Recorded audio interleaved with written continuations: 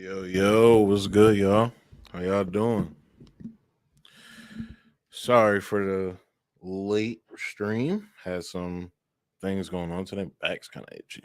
There we go.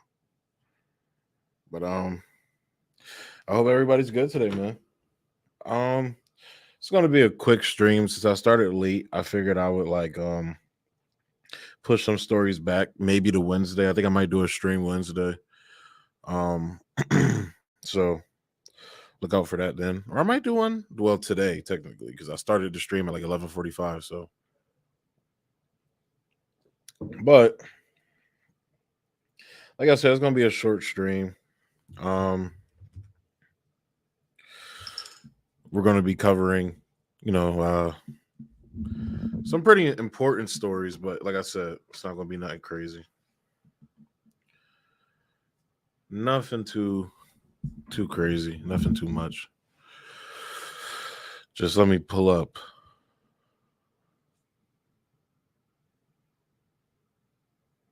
one more thing before we get started.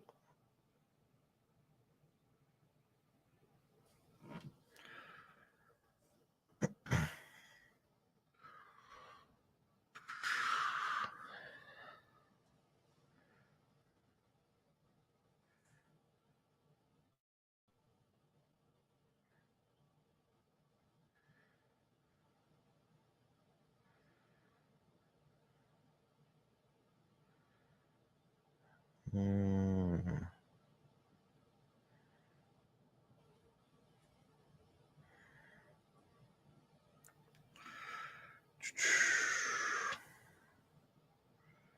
Let me see.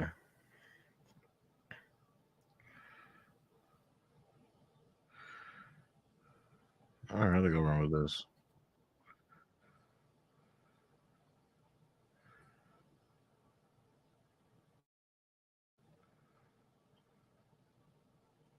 What is this? Oh, all right. So we're just gonna go through the Nordstream pipeline story. I didn't get a chance to cover it when it first broke, and um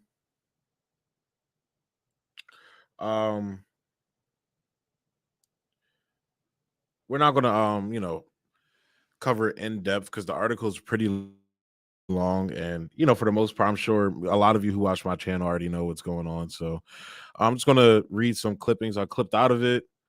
I'll give my thoughts on it, and what I feel, which I've pretty much already talked about. How I feel, but let's go ahead and get into it. I just got to pull it up real quick.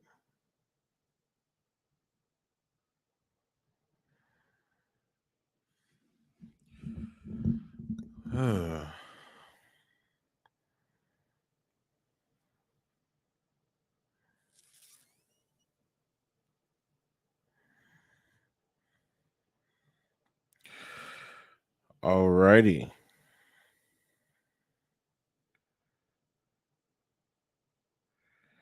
All right. So, how America took out the Nord Stream pipeline.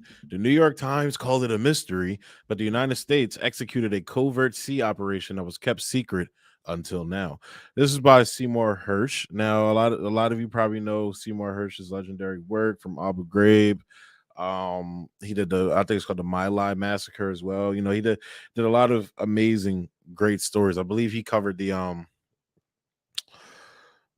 Syrian gas attacks as well. He provided skepticism for that, and we all know Aaron Matei's great work that he's done debunking that narrative. So last June, the Navy divers operating under the cover of a widely publicized midsummer NATO exercise known as Baltops 22 planted the remotely triggered explosives that 3 months later destroyed three of the four Nord Stream pipelines, according to a source with direct knowledge of the operational planning. So, as a lot of you guys know, the new news came out that the Nord Stream pipeline was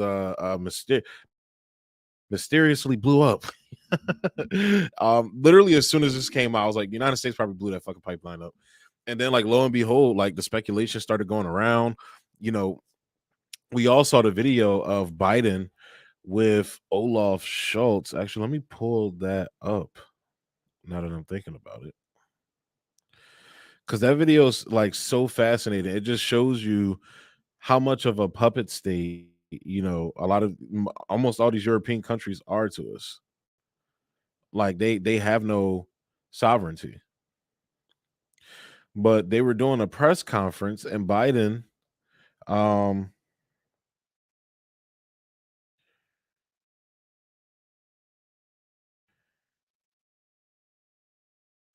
hang on,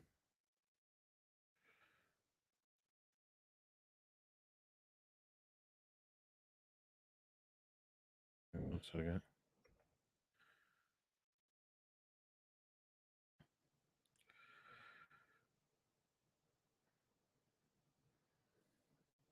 Yeah, so here's the video right here. I'm about to go ahead and share it with you guys. But, you know, declaring in Germany that he's going to stop this pipeline that the United States isn't supposed to have any control over.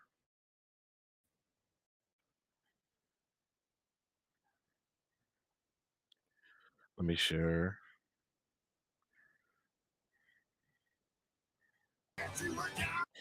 Like when I first saw this, I thought it was nuts. A couple questions each. Reuters and Andrea, you guys the first question. Thank you, Mr. President, and thank you, Chancellor Schultz. Mr. President, I have wanted to ask you about this Nordstream project that you've long opposed. You didn't mention it just now by name, nor did Chancellor Schultz. Did you receive assurances from Chancellor Schultz today that Germany will in fact pull the plug on this project if Russia invades Ukraine? And did you discuss what the definition of invasion could be? And then Chancellor Scholz, wenn ich Sie fragen darf, if I may ask you, Sie Chancellor haben Scholz, darüber gesprochen, dass es eine you strategische said there was Ambiguität some geben soll. strategic ambiguity that was needed in terms of sanctions. I just wanted to know. So, in other words, we're not going to sanction our fucking economic lifeblood. At that time, they weren't. Of course, we all know Schultz allowed the United States to bend Germany over a barrel and show them the 50 states. So. Whether the sanctions you are envisaging and the EU is working on, and the US as well, are already finished, finalized, or is there still work ongoing? And dass Sie das nicht sagen wollen, was genau da drin ist. You're not really saying what the details are. Is that just an excuse for Germany maybe to not support the SWIFT measures? Let me answer the first question first. If Russia invades, that means tanks or troops crossing By the way, can we talk about how normalized it is that we just accept that this motherfucker can barely talk? Like it's just normal. Like, oh, he's stammering, clearly has dementia, but it's just just normal. the border of Ukraine again, then there will be no longer a Nord Stream 2. We will bring an end to it. Again, then there will be no longer a Nord Stream 2. We will bring an end to it.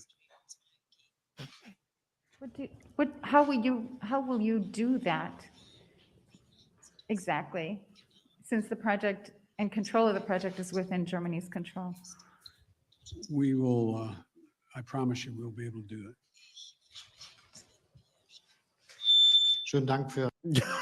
Like, how are you gonna do that, buddy? We're gonna blow that motherfucker up. That's how we're gonna. If Trump was up there, that's exactly what he would have fucking said. But then you had this. What's her name? The tub of mayonnaise named Victoria Nuland. Saying in front of Ted Cruz this that I'm about to pull up, which is just insane.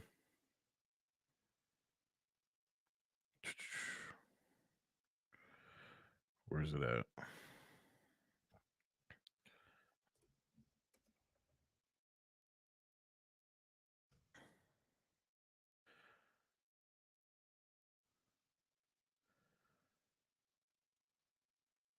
If I could find it.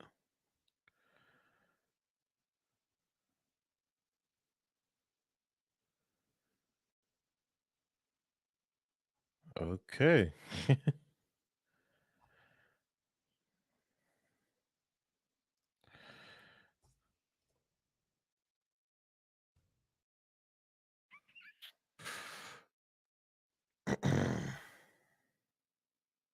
Let me Google it, see if I can find it.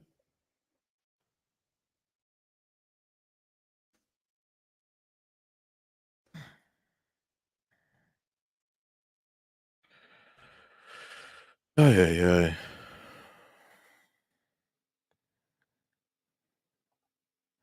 Let's just go to Twitter. Aaron Matei posted it.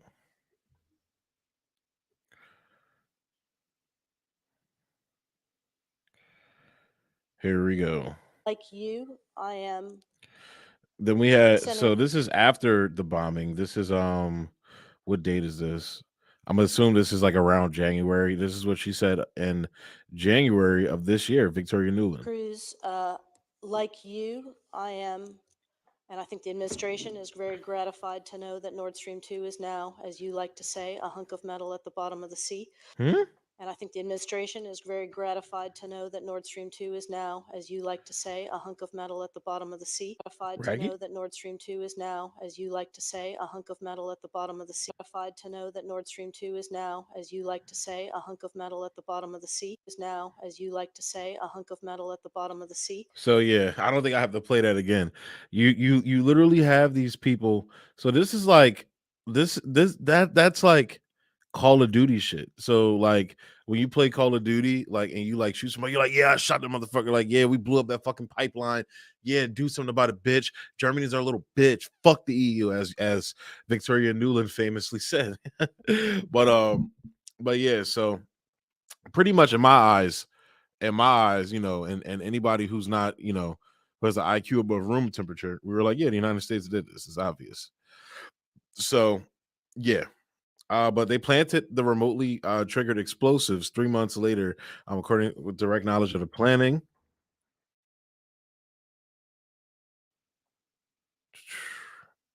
Two of the pipelines, which were known collectively as Nord Stream 1, had been providing Germany and much of Western Europe with cheap Russian natural gas for more than a decade. A second pair of pipelines called Nord Stream 2 had been built but were not yet operational. Now, with Russian troops massing on the Ukrainian border, and those Russian troops were on the border because Ukraine broke the Minsk agreements and started bombing the Donbass again, which since 2014, they have been bombing the Donbass for all those years leading up till now, where they killed like I think it was like 14,000 civilians. Upwards of like 90% of them were civilians. So yeah. Now with Russian troops amassing on the Ukrainian border, which is why the reason I just said is why they were amassing on the border, and the bloodiest war in Europe since 1945 looming, President Joseph Biden saw the pipelines as a vehicle for Vladimir Putin to weaponize natural gas for his political and territorial ambitions. Now, the reason why, so I don't agree with that last line, because if Putin wanted to, that's kind of been the critique that people have been offering, was like, of Putin invading, like, why didn't you just, use the the upper hand you have with providing Western Europe with, fossil fuels, basically. Why didn't you use that to leverage getting a deal done with Nord Stream? And my argument always is, okay, if they had done that, we would still be in the same situation, because we're currently watching Europe basically reject, they banned Russian fossil fuels in the country now at behest of the fucking United States. So we would still be in the same situation that we're in right now. So, that I think that argument is honestly, to be quite frank, bullshit, because again, we see what they're doing now. There was a vital bureaucratic reason for relying on the graduates of the center's hardcore diving school in Panama City. The divers were Navy only and not members of America's Special Operations Command, whose covert operations must be reported to Congress and briefed in advance to the Senate and House leadership, the so-called Gang of Eight. The Biden administration was doing everything possible to avoid leaks as the planning took place in late 2021 and into the first months of 2022.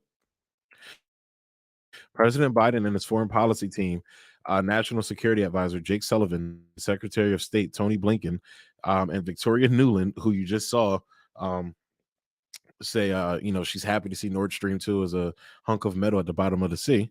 The undersecretary of State for Policy had been vocal and consistent in their hostility to the two pipelines, which ran side by side for 750 miles under the Baltic Sea from two different ports in northeastern Russia near the Estonian border, passing close to the Danish island of Bornholm before ending in northern Germany. The direct route, which bypassed any need to transit Ukraine, had been a boon. So that would have also one thing that I don't hear a lot of people talking about. I think I heard Gray Zone mention, or I read Gray Zone mention this in one of their articles, was that this was literally so old pipelines that Russia was still using to run fossil fuels to Western Europe. They still had these pipelines running through Ukraine, and Russia would conduct business with Ukraine, which was basically propping up their fucking economy. But when the United States staged a coup in 2014, when and overthrew their democratically elected government, Russia said, all right, fuck this. Why should we continue? Why should we continue investing in a belligerent country that doesn't fuck with us and kills ethnic Russians within their own country, their own civilians? Nah, we're good. We're going to build this pipeline, go around you, fuck you, enjoy your life, move on, yada, yada. So that even adds to the point, people like to say Russia has always wanted to imperialize Ukraine. Like, based upon business, they were trying to get away from Ukraine. But since Ukraine is on their border, and you have the United States and NATO pouring, and the NATO lapdogs, as I like to call them, pouring weapons into the country, they have no choice but to respond. This is the same thing if China formed a fucking military coalition and Mexico wanted to join that, and the United States was like, no, and then China said, fuck you, and started pouring all types of weapons into the country and training, fucking cartels, which I mean, we basically do that. we fund and train them. So yeah. Which enjoyed an abundance of cheap Russian natural gas, enough to run its factories and heat its homes, while enabling German distributors to sell excess gas at a profit throughout Western Europe. Action that could be traced to the administration would violate U.S. promises to minimize direct conflict with Russia. Secrecy was essential. From its earliest days, Nord Stream 1 was seen by Washington and its anti-Russian NATO partners as a threat to Western dominance.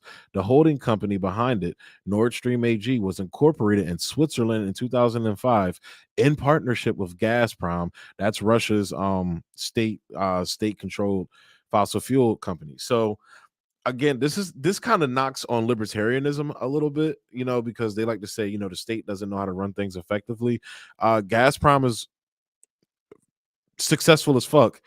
Russia's entire economy at one point was hinged on it, but after the United States started getting funny with the oil markets back in 2014, when the whole Crimea situation went down, Putin basically vowed to, that Russia went into an economic collapse because the United States basically went to Saudi Arabia and asked them to basically start fucking around with production and things like that, so they can decrease the value of the fossil fuels. So Putin, he started going, planning, vowed to his people that he would never let something like this happen again. This is actually, Venezuela got caught up in this as well. This is when the hyperinflation in Venezuela started. They never tell you this. They just like to tell you that, socialism and communism is why the economy fell. No, crony capitalism, which is basically capitalism, libertarians, is why this happened. So yeah, I just wanted to throw that in there because they think state run things are it's always so bad, but Gazprom is doing a pretty good job. So, but Gazprom, a publicly traded Russian company producing enormous profits for shareholders, which is dominated by oligarchs known to be in the thrall of Putin. So that's he had to throw that in there, but okay. Gazprom controlled 51% of the company, with 4 European energy firms, 1 in France, 1 in the Netherlands, 2 in Germany, sharing the remaining 49% of stock and having the right to control downstream sales of the inexpensive natural gas to local distributors in Germany and Western Europe. Gazprom's profits were shared with the Russian government, and state gas and oil revenues were estimated in some years to amount to as much as 45% of Russia's annual budget. So that's what I just said as well. Nord Stream 1 was dangerous enough in the view of NATO and Washington, but Nord Stream 2, the second one, oh shit, fuck, man, whose construction was completed in September of 2021, would, if approved by German regulators, double the amount of cheap gas that would be available to Germany and Western Europe. So another thing, that kind of led to the conflict that we're in right now was Trump's sanctioning of Nord Stream 2, which also kind of not even kind of like puts, another nail in the coffin that is, the conspiracy theory that was Russiagate. If Trump is a asset of Russia, or at the very least was in communication with Russia to win the election because Russia perceived them as, the more suitable administration to deal with and negotiate with, why in the hell would Trump then turn around and sanction a pipeline that accounts for 45%, or that would possibly threaten Russia's annual budget, where oil revenue, state gas and oil revenues, as I just read, were estimated in some years to amount to as much as 45% of Russia's annual budget? Doesn't make so that doesn't make sense on Trump's part. And as Hersh makes the argument in this article, it doesn't make sense for them to blow up their own fucking pipeline either. So yeah. And these are basically all the players, from left to right: Victoria Nuland, Anthony Blinken, and Jake Sullivan. And throughout all of this scheming, this is Hersh's source. The source said some working guys in the CIA and State Department were saying, "Don't do this. It's stupid." And the highlight this even more, will be a political nightmare if it comes out, or if anybody ever finds out. And holy fuck, has it been? But of course they're not going to see repercussions from it because the media is not talking about it or asking them about it. They'd rather talk about fucking UFOs than talking about the United States basically committing an act of war against Germany and Russia. So yeah, like I said, y'all know pretty much my thoughts on the whole Nord Stream situation. I think that, like I said, the United States blew it up. It kind of highlights that the United States doesn't actually care about Ukraine. It cares about oil and gas profits, and another attempt to try and destabilize Russia and overthrow Putin and install a puppet leader, and eventually, their main goal, which is balkanizing Russia, basically taking it back to what it was in the 90s. So yeah, so Cy Hersh, she did a great job covering that story. I've been noticing he's been doing the rounds, on news outlets and everything. I saw him on The Hill. He was on another show as well. I don't know if he's been on RT yet. I want to say I saw him on Going Underground. I don't know for sure though. So, but I'm going to be covering this story more. This is like basically like my first official time covering it, but I'm going to drop the article in the description down below. So once the live stream ends, you'll see it in the description, so you guys can go read the full article, because it's a pretty long article. Like, he details even more detail exactly how they went about doing this thing. So, I'll link it below. You can go read it for yourself and everything. So we are going to go ahead and move into the next topic, which is, in conjunction with all of this madness, with the Ukraine situation that's been, basically unleashed. Americans are paying top dollar for eggs, which is fucking weird. Obviously gas prices have gone up. Americans are struggling, and it's even worse in Europe, man. Europe, like, they're literally telling their people to burn fucking firewood.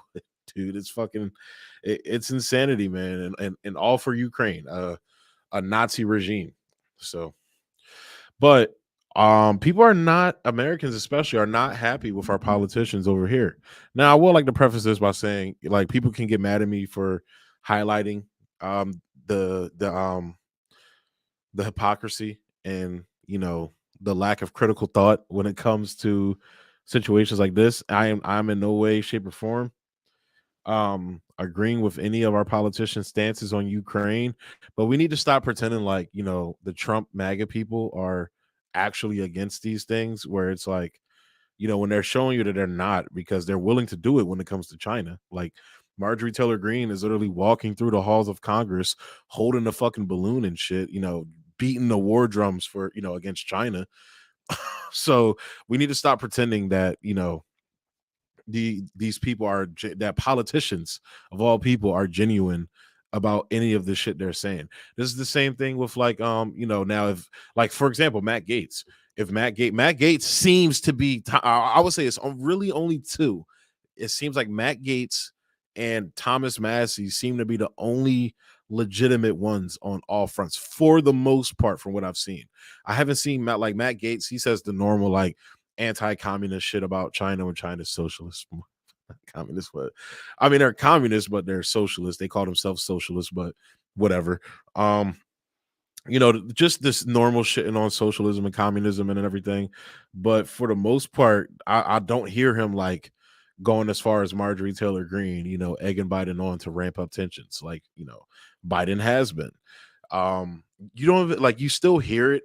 Like I think Marjorie Taylor Greene, they still talk about it in terms of like Hunter Biden's they like to talk about Hunter Biden's deals in China and everything. And I'm like, clearly that's not affecting their foreign policy against China. Clearly that's not happening. Very clearly. I think you can make a lot like based upon, how Trump moved with China.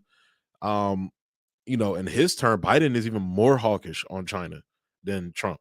Like Trump, was pretty hawkish, especially with the the whole trade war and everything. But like we're like closer than we've ever been to war with China. Like I don't even think that well actually not close because we've actually a lot of people don't know we've actually been to war with China.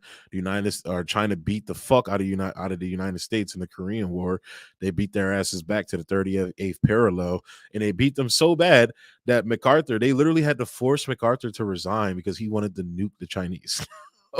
And as Daniel Ellsberg revealed fairly recently, the United States were planning to nuke mainland China over the Korean War, I believe. So, yeah, but MacArthur was like the one screaming, we need to nuke these guys. And he ended up having to be relieved of his duty because of that. So, but, like you're having like Pelosi's visit, and we're actually going to be talking about Pelosi in a second here. But you have Pelosi go and visit. One of the funniest things that came out of that, though, it's not the teetering into nuclear war. It's never funny, but you guys already know me. I will find the humor in anything. But Pasta from the Convo Couch, his mom, he was like, I forgot if they were on the show or not, or if this was like on social media, and he was like, Mom, what do you think about Nancy Pelosi going to visit Taiwan? And she was like, I hope she goes. And Pasta was like, why would you say that, Mom? He was like, I hope they shoot her plane. Like, oh Lord. He's like, Mom. You just see Pasta like turn it. It's like, So that was pretty hilarious. That was one of the funniest things to me that came out of that. Obviously that's going to be only people that watch alt media that know about that, and like super alt media, because Convo, they like Convo Couch is one of those channels they like to avoid.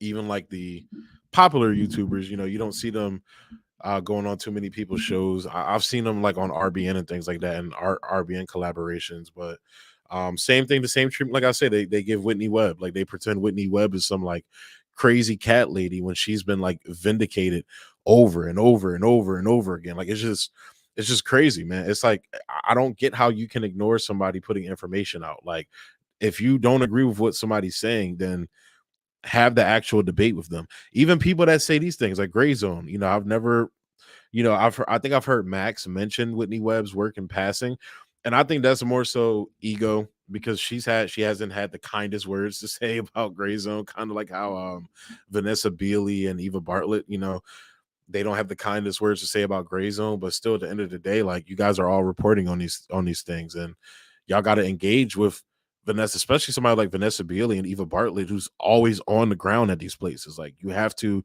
engage with them. You have to communicate and speak with them.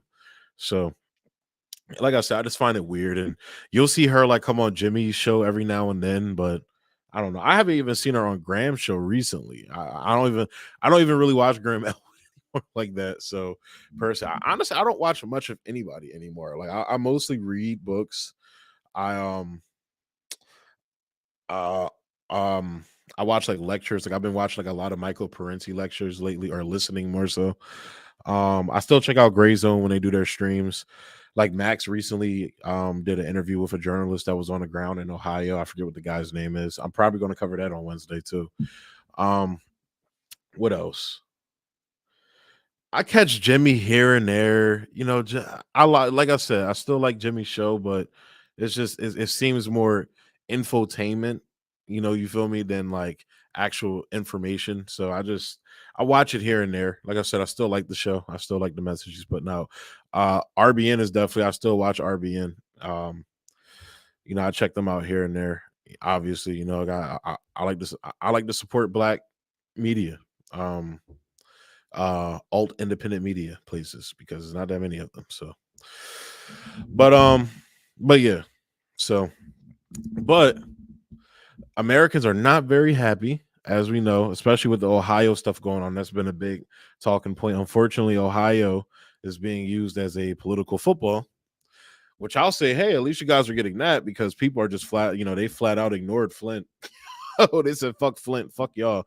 And the Colonial Pipeline too. Like, you know, it was only literally independent media. It was like obviously Robbie Yeager, who was like covering it heavy. I tried to get him on the show. He never messaged me back. So, but he was doing extensive work on it. Him and Franco were covering it a lot. But outside of that, it wasn't too many people. I think Convo Couch covered it as well. But yeah, they weren't covering it like that. Like, you literally had the like largest spill, like gas spill in the United States, like ever, like over 1 million gallons, and nobody was talking about this shit. So it just sucks that now, you know, you have these people basically being used as a political football, basically. And a lot of the shit you hear coming out of there, like you find out like the railway line, I forget what the railway line, like their name is, but they have their own fucking police force, and they have like the police like following people around, taking pictures of their like driver's license. The state police and local police are basically like, hey, we're gonna let these like Pinkertons basically like take care of everything. So if you have any issues, you need to go to this private police who has a profit incentive to ignore anything you're saying. And like, I'm pretty sure they can arrest people. So I think that's what I'm saying. I wonder if they were the ones that arrested that journalist, that News Nation journalist that was there. Because if that's the case, we need to be screaming about that. Like, this is a private police force that is arresting a journalist for covering a story, our corporations for covering corporate malfeasance. And it's like, that same corporation they're investigating is getting their police to block them from doing journalism, basically. So I'm gonna have to look into that more, because I don't know if that was like state and local police that arrested that guy, state or local police that arrested that journalist, or if that was the railway lines police, because that is an even big. It's already a problem with the regular police doing that. It's an even bigger problem if it's a private police force doing that. That's insanity.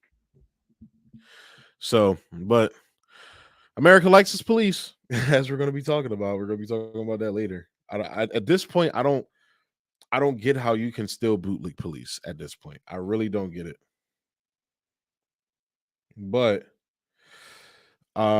we have this clip of Nancy Pelosi getting heckled as she's out somewhere. I don't know if she was like doing like filming something, or she was just out and about, but this is interesting. Well, this is hilarious, actually. Let me just get you to Nancy, can you tell us why we have all the $150 billion going to Ukraine when we have homeless on the streets in your own city? Thank you. Nancy, can I get some stock trading tips on how to get semiconductors in Taiwan? That was hilarious. Can I get some stock trading tips on semiconductors in Taiwan? But it's like, yo, just like I said, Saturday night or Saturday morning on the stream, it's the same thing that they did to, not Richie, to Jose Vega, to Daniel Burke, all the LaRouche people that have been going out confronting politicians like we're supposed to be fucking doing as concerned citizens, especially when it comes to nuclear war. He's getting booed by people. Almost on the streets in your own city. Thank you. Nancy, can I get they're booing him, and they're trying to like get him away to protect the politician from questions about homeless people in her fucking district. This is in her district. stock trading tips on how to get semiconductors in Taiwan. Yeah, and it looks like she was filming something, so that's what I assumed she was doing. But it looked like she was saying something. You can't really make out what she's saying though. Nancy, Nancy, why do we? Is your son involved with Hunter Biden? That at the end though was like pearl on top of that, because it's like that's like I said, the media is just not covering this stuff. There's like all of these motherfuckers kids, all of these politicians kids are tied into different companies that are involved with, you know, their parents' political lives. It just shows the rank corruption within, you know, Washington. Like, it's just the fact of the matter. So, but let's run that back one more time, because I thought it was a pretty short clip. But Let me just get you. Nancy, can you tell us why we have all the $150 billion going to Ukraine? We have homeless on the streets in your own city. Nancy, can I get some stock trading tips on how to get? And the media is ignoring this. This is This is part of journalism. This is part of what journalism is. Semiconductors in Taiwan. Nancy. Like, you're, especially in public spaces, you're supposed to have access to these people. So what should have happened was those people, as long as he's not trying to like physically assault her or anything like that, like even if he's yelling at her, that is his right to do that as a person who is his representative, especially when they duck actual town halls. So they do like these little pritsy ditzy town halls and everything where they select who can and can't be there, and they never have to actually face the wrath of their constituency for doing the fuck shit that they're doing. What should have happened was all of her handlers and all these people here should have stood back, and she should have been forced to answer that fucking question. She should have been forced. This is a woman who became a multi-millionaire in Congress. She wasn't one before, but she became one after. She should have to answer this question, especially about fucking Ukraine. And the fact that that they're doing this should let you know that it's over. I try to keep a optimistic vibe here on the channel. I'm gonna keep it real with you. It's over, bro. It's over. There's no saving this. You're not going to vote your way out of this. You're not going to organize your way out of it. This is over. Let me say it one more time. It's over. What I advise you to do, get you some 2A, get you some land, and just hunker down. Do you get through this however you can. Like, I'm sorry. I'm sick of pretending, because after seeing this, like, this is Nancy, why do we? Is your son involved with Hunter Biden? Yeah, like that. This is crazy. This is crazy. Like, you have people booing people, confronting fucking politicians. It's over, bro. It's a wrap. Even for black people, I talk about black issues because I think it's important on the channel. But like, I'm like, it's over, bro. It's over. They've completely propagandized everybody. They've propagandized the black community. They've propagandized white people. Every single community here, they're propagandized. People have been propagandized to support the fucking police state, as we're going to be talking about in the video later here, and exploring the article here as well. They've been propagandized to uphold the police state. They've been propagandized to uphold U.S. imperialism. It's over, bro. And then on top of that, in alt media, I'm just keeping it a buck here. I'm just gonna keep it 100%. Then in alt media, you have people arguing over egos, niggas doing two different protests and shit. Like, it's a wrap. Chris Hedges wrote the perfect book, America: The Farewell Tour. We're going through the farewell tour right now. It's nearing the end of the tour. Like, literally, it's over. It's done. I don't know how else to say that. I know I'm being like severely pessimistic here. I think people should keep trying to fight if they want to. I know I'm going to be on here. I'm getting involved in my local politics. Do that. Get involved in your local politics, because the federal level, that's donezo, bro. That's done. They're not turning over power without killing some people. Like, there's no peaceful revolution that's going to overturn this. It's not happening. It's really not. These niggas is not letting go power peacefully, bro. That's why I really been fucking with Rome lately, bro. He been saying the shit a lot of niggas is too scared to say. Rome is saying shit a lot of niggas is too pussy to say. It's a wrap, bro. So either go do something. I'm not condoning any type of violence or anything like that. I'm just saying, it's not going to happen peacefully. That's all I'm saying. So, yeah, man, I like seeing shit like this. That really just gets me because it's like it's not the politician's reaction; it's the people around the regular people around the politician, even the handlers. It's like when the ship goes down, you think you're going down with her. Like she's going to be good. She's a multi fucking millionaire. She's going to be good. All these people, y'all nut hugging and fucking ball licking. Like Elon, all of these different politicians, and shit like that. They're good. They're talking about politics because it's filling the gap between me doing whatever the fuck I'm doing, between me watching slaves polish my yacht and me passing bills. This is like time. This is passage of time for them. Where this is our real lives. They don't fucking care, bro. It's over.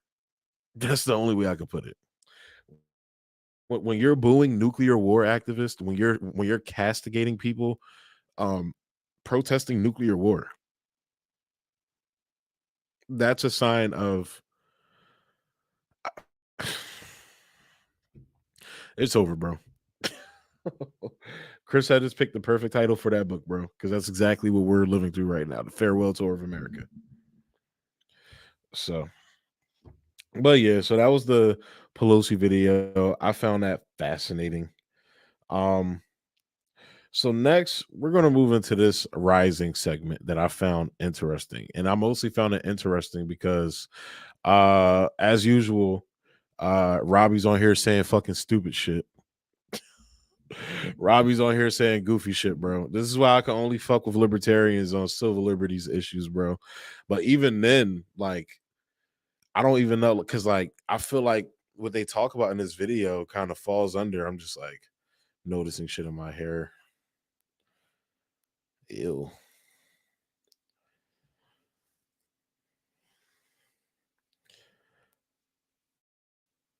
Ew. I gotta get a haircut. I think I had a piece of like somebody my like I hate when women use our brushes, bro. Like if I go out and buy me a fucking brush, don't use my fucking brush. Like literally, don't use my fucking brush. Ladies out there, yes, when you got your man and everything, like just know that when you use that nigga's brush, he's like looking at you like, damn, I hate this fucking bitch. Why the fuck you gotta use my brush? It's like that Kevin Hart joke. It's like you go in the store and you like, I'm about to go, like he was, I'm about to go, babe, I'm about to go get some juice. You want some juice? Yeah, I'll take some. Nah. Or no, he said, so he be like, babe, I'm about to go give me some juice. You want some juice? Nah, I'm good, babe. You come back and she wants your juice. Like, no, your fat ass can't have my juice. I asked you if you wanted some juice. You said no. Walk your big ass in there and go get some juice. It's like that type of anger, bro. Like, I literally just asked you if you want some juice and you told me no. Like, bitch, don't use my brush. All right, I'm tired of picking your hair out my hair. Don't use my brush. Yeah. Because now I'm on stream picking bitches' fucking hair out of my hair because they use my fucking brush. Goofy shit, bro. Fucking goofy shit. But we're not here to talk about my hair and other people using my brush. We're here to talk about fucking Robbie on here saying fucking goofy shit as usual. I'm like, do these niggas know they sound crazy right now? And this the crazy, but actually no, they don't. They think they're saying something that's appealing to most Americans because I know Americans that agree with Robbie. Surprisingly, working class people on top of that with kids that agree with Robbie. So they'll pontificate. We'll get into it. We're going to get into it. I'm sitting here. I'm about to play the video. I'd even sync it up on here.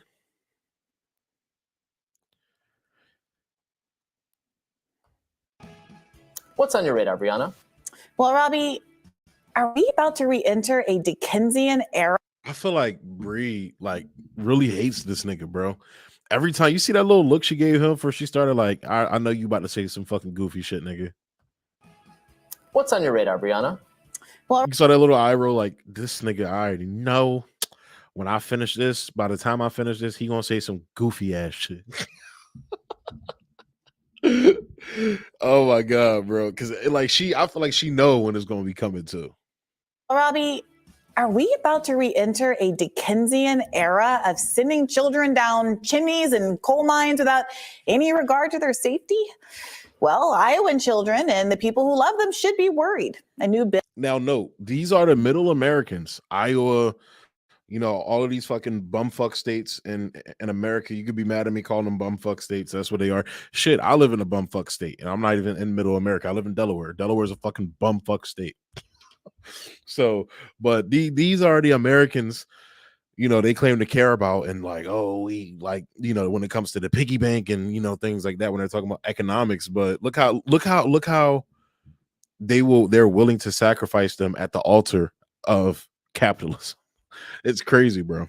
Bill out of the Hawkeye state would roll back child labor laws, allowing 14 to 17-year-olds to work in mining, meatpacking, demolition, operating guillotine shears, and other dangerous jobs. Unsurprisingly, the bill is backed by big business, perhaps eager to avoid paying living wages to the adult workers who toil so that corporate bosses can take multi-million-dollar payouts and buy back stock, boosting their own wealth in the process. Iowa laws prohibit minors from working dangerous jobs like working in slaughterhouses, meatpacking plants, mines, or in jobs that involve, guillotine shears, paper balers, circular saws, and other precarious situations. But some conservatives in the state are pushing an exemption that would allow 14 to 17-year-olds to work those dangerous jobs if they're, quote, participating in work-based learning or a school or employer-administered work-related program. That's according to the Des Moines Register. Now, those seeking to take advantage of the exceptions must show that the children will be adequately supervised and trained on safety precautions. See if those 14-year-olds listen up. And that the proposed employment will not interfere with the health, well-being, or schooling of the minor enrolled in an approved program. Which might sound reasonable if you at all believe that asking employers nicely to ensure conditions are safe actually ensured safe conditions. And here's an interesting tell. The bill, which we're supposed to believe presents no risk to minors, for some reason includes a liability shield for businesses. So if a child is made sick or dead due to a company's negligence or the child's own childish negligence, there is no civil recourse for their loved ones. A company could face up to $10,000 in statutory fines, a penance in the context of. So the reason why I'm gonna let her go through the full story is because I want you to hear everything she says, all of the receipts she's bringing, everything that she's fucking saying right now. Listen, I'm about to bring it to my face because I want you to see my face right now. Where my camera at? I want you to hear everything Bree's about to fucking say. All of these receipts she's bringing, all of this shit. And I want you to hear the goofy ass shit this nigga's about to say, bro. It's about to be straight fucking clown town, bro. I promise you. When I was listening to this at work, bro, and I could not believe this nigga was saying this shit, bro. I really could not. And this will be the same nigga the next episode that will talk about how he cares about these people in these bumfuck states. Bro. Wrongful death suits. But even that could be waived by the Iowa Labor Commissioner. The bill is sponsored by Republican State Senator Jason Schultz and is backed by several of his fellow Republicans in the GOP-led House, as well as by business interests. And it's easy to see why they're so interested. Per State Senator Claire Kelsey, this is a sign that the labor market in Iowa is in big trouble.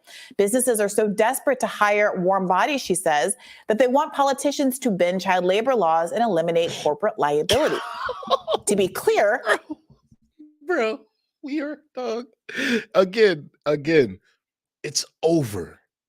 It's done. It's over. One way to attract workers would be to pay them more. Rapid consolidation in the meatpacking industry over the last 2 decades has vastly diminished, as well as vastly diminished union membership among workers, have contributed to wage decline.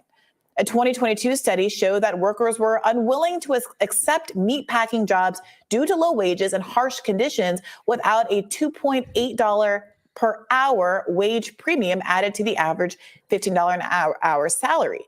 Health insurance, retirement benefits, and signing bonuses also would help retention, the study showed, but it seems like at least some plants see recruiting kids as a more lucrative path to take. Meatpacking is big business in Iowa, where immigrant labor is disproportionately used in the critical but taxing labor market there. So look at that. So not only, so they don't want to pay regular Americans, so they were bringing immigrants. And then the immigrants said, fuck this shit. Y'all fucking us over. So they said, you know what? We're just going to take your kids. We're going to go. Just let your kids come in. Fuck y'all niggas. We're going to pay them a couple dollars a day. I don't know if they're paying them that, but what I'm saying is they're literally like, bro, they're sidestepping immigrants because they don't want to pay them for kids. They're literally after your kids. You'll know what I mean by the end when I bring up my point. Bernie Sanders famously dominated in the Iowa caucuses precisely because his canvassers went to meatpacking plants in the wee small hours of the morning when workers were actually changing shifts, and they employed translators who could help communicate his desire to provide healthcare guarantees and education security to laborers in East African languages like Amharic and in Spanish.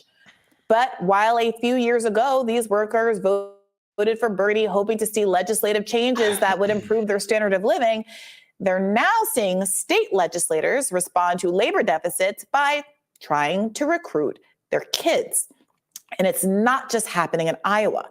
A Wisconsin company had to pay $1.5 million to the Department of Labor after it was found to have employed children in dangerous jobs in 8 different states, including Kansas and Nebraska. 102 children were involved, and investigators learned that at least 3 children suffered injuries, including a chemical burn to the face, while sanitizing what are known as kill floors and other areas of slaughterhouses in the middle of the night. And although the company called Packer Sanitation was forced to pay the maximum civil penalty allowed under the Fair Labor Standards Act, that mere $1.5 million, it's worth asking, why is the maximum penalty capped at $1.5 million when the company reported $2.72 billion in revenue? Does the fact of the liability cap raise questions about regulatory capture? Are regulators designing fines in a way that meaningfully deter destructive behavior, or are they designing policy to create the appearance of sanctions that are really more like a performative slap on the wrist? Packer Sanitation Services is owned by the Blackstone Group, and the private equity firm fund has collected hundreds of millions. So once again, Blackstone, that's one of them groups I believe they talk about with the World Economic Forum all the time. All that shit.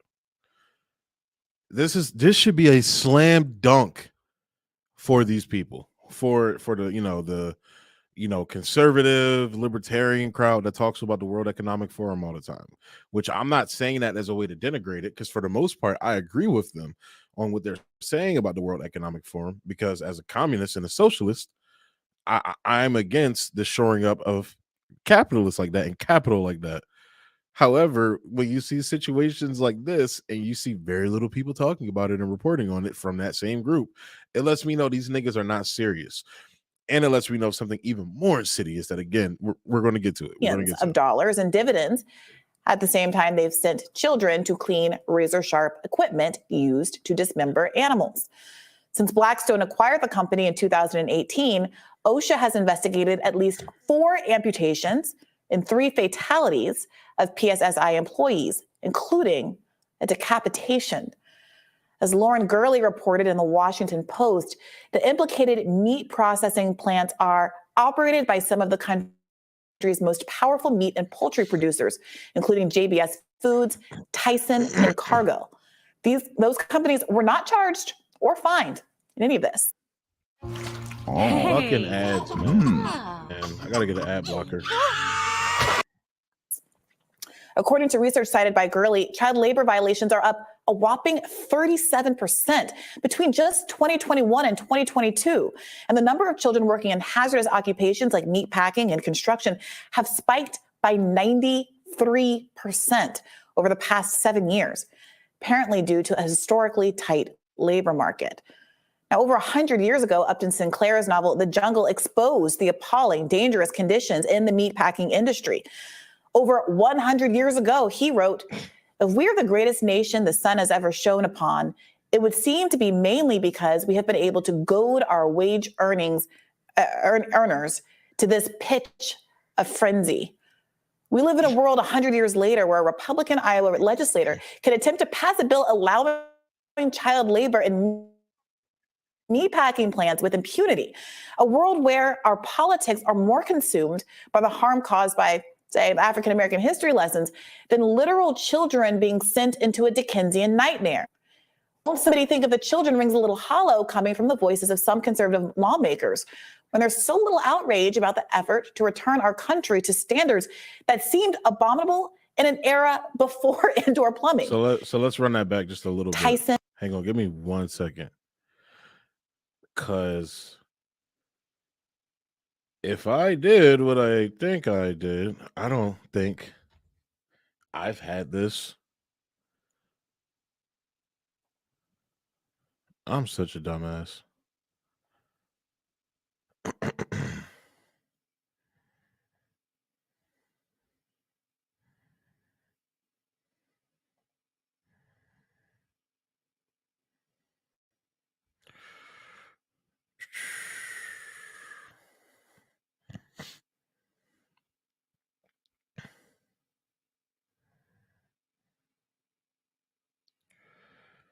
Yep, I'm a dumbass.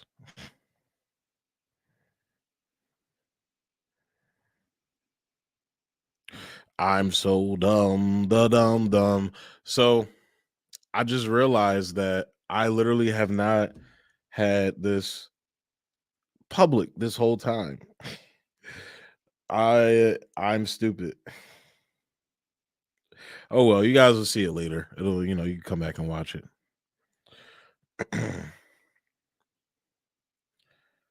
But for those that may be tuning in now, I'm going over this clip from Rising where they're talking about basically child labor in 2021 and a lot of these fucking, and again, so like I said, some people may take offense to it. Like, get over it. I don't fucking care, because a fact is a fact. Facts don't care about your feelings. But in a lot of these bumfuck states like Ohio, Iowa, like, places that people, and especially like politicians, both conservative and liberal, claim to care about. But in this instance, especially conservatives, and they're the ones literally pushing to get your children to work in fucking dangerous work environments. So, yeah. And cargo. Those companies were not charged or fined in any of this. According to research cited by Gurley, child labor violations are up a whopping 37% between just 2021 and 2022. And the number of children working in hazardous occupations like meat packing and construction have spiked by 93% over the past 7 years, apparently due to a historically tight labor market. Now, over 100 years ago, Upton Sinclair's novel, The Jungle, exposed the appalling, dangerous conditions in the meatpacking industry. Over 100 years ago, he wrote, "If we're the greatest nation the sun has ever shone upon, it would seem to be mainly because we have been able to goad our wage earners to this pitch of frenzy. We live in a world 100 years later where a Republican Iowa legislator can attempt to pass a bill allowing child labor in meatpacking plants with impunity. A world where our politics are more consumed by the harm caused by, say, African American history lessons than literal children being sent into a Dickensian nightmare. Won't somebody think of the children rings a little hollow coming from the voices of some conservative lawmakers? And that's exactly what I was saying. And there's so saying. little outrage about the effort to return our country to standards that seemed abominable in an era before indoor plumbing. And a right populism that would accept lobbying dollars from industries that are crushing bedrock American laborers is no populism at all. The food processing industry spent over $33 million on lobbying last year. And as I always point out, they target both Republicans and Democrats alike. That way, whoever wins a given race, the corporations always win. But Republicans have been the disproportionate beneficiaries here.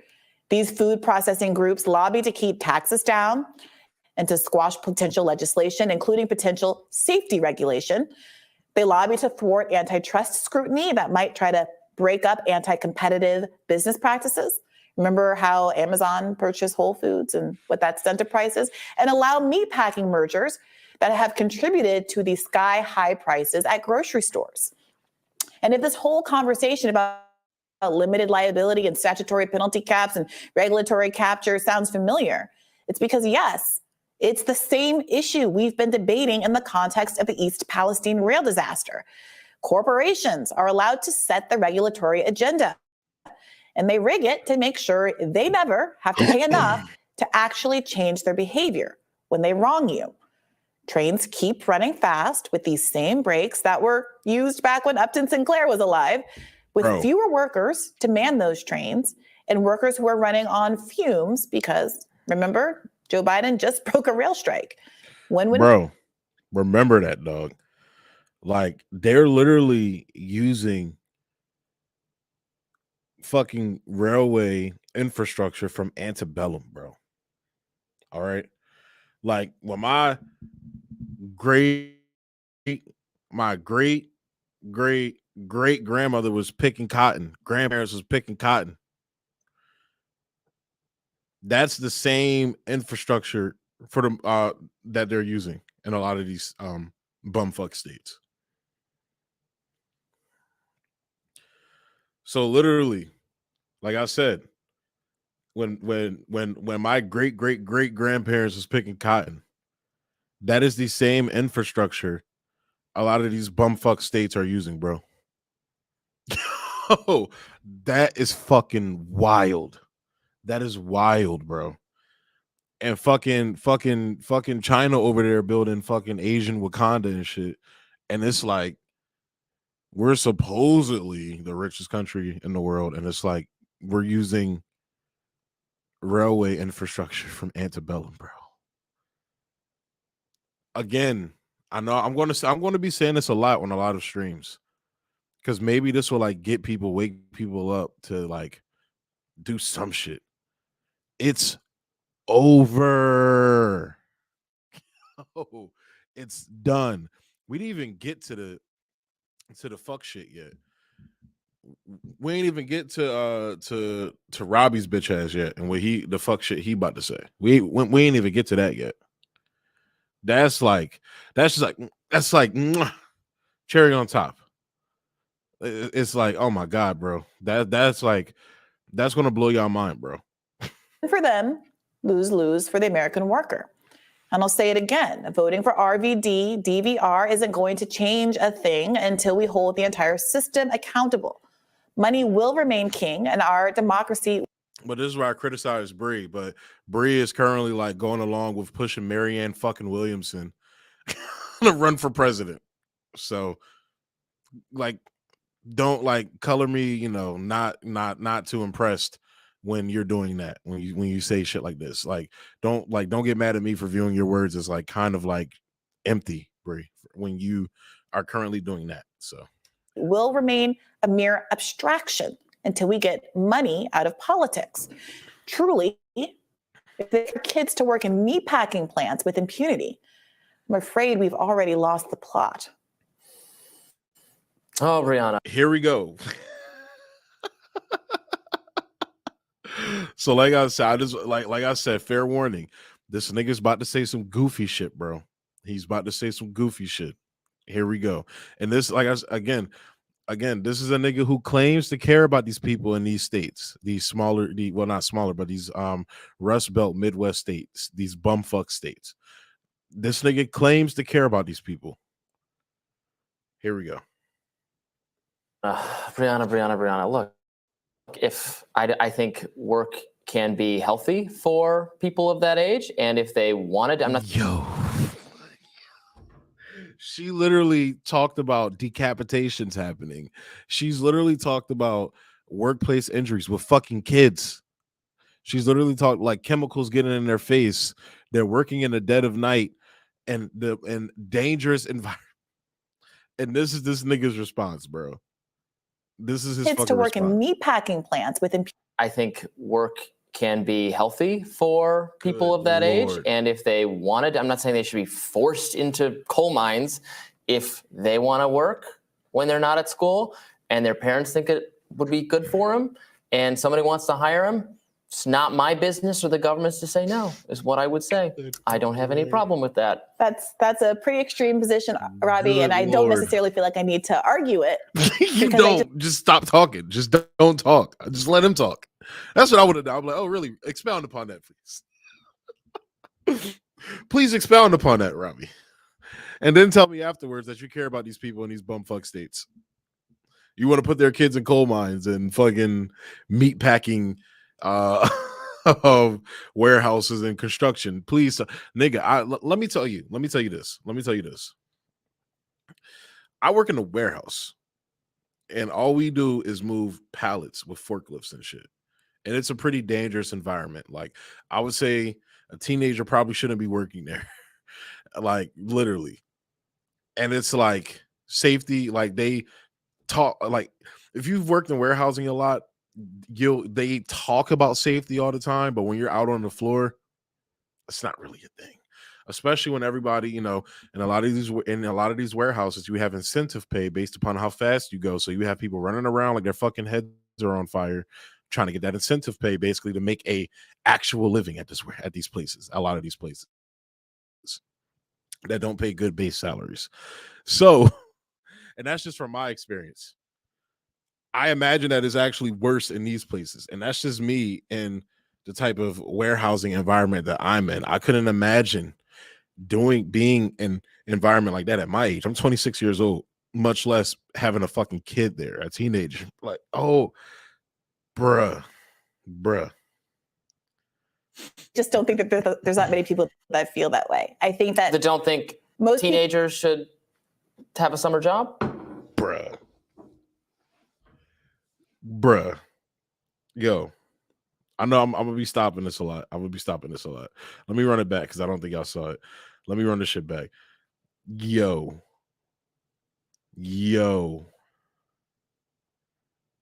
Robbie, and I don't necessarily feel like I need to argue it. It's not my business or the government's to say no, is what I would say.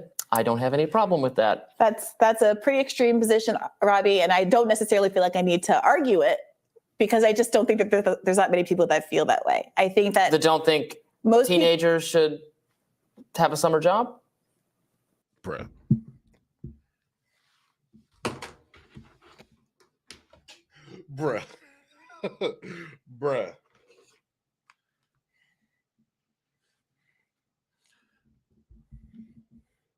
Bruh.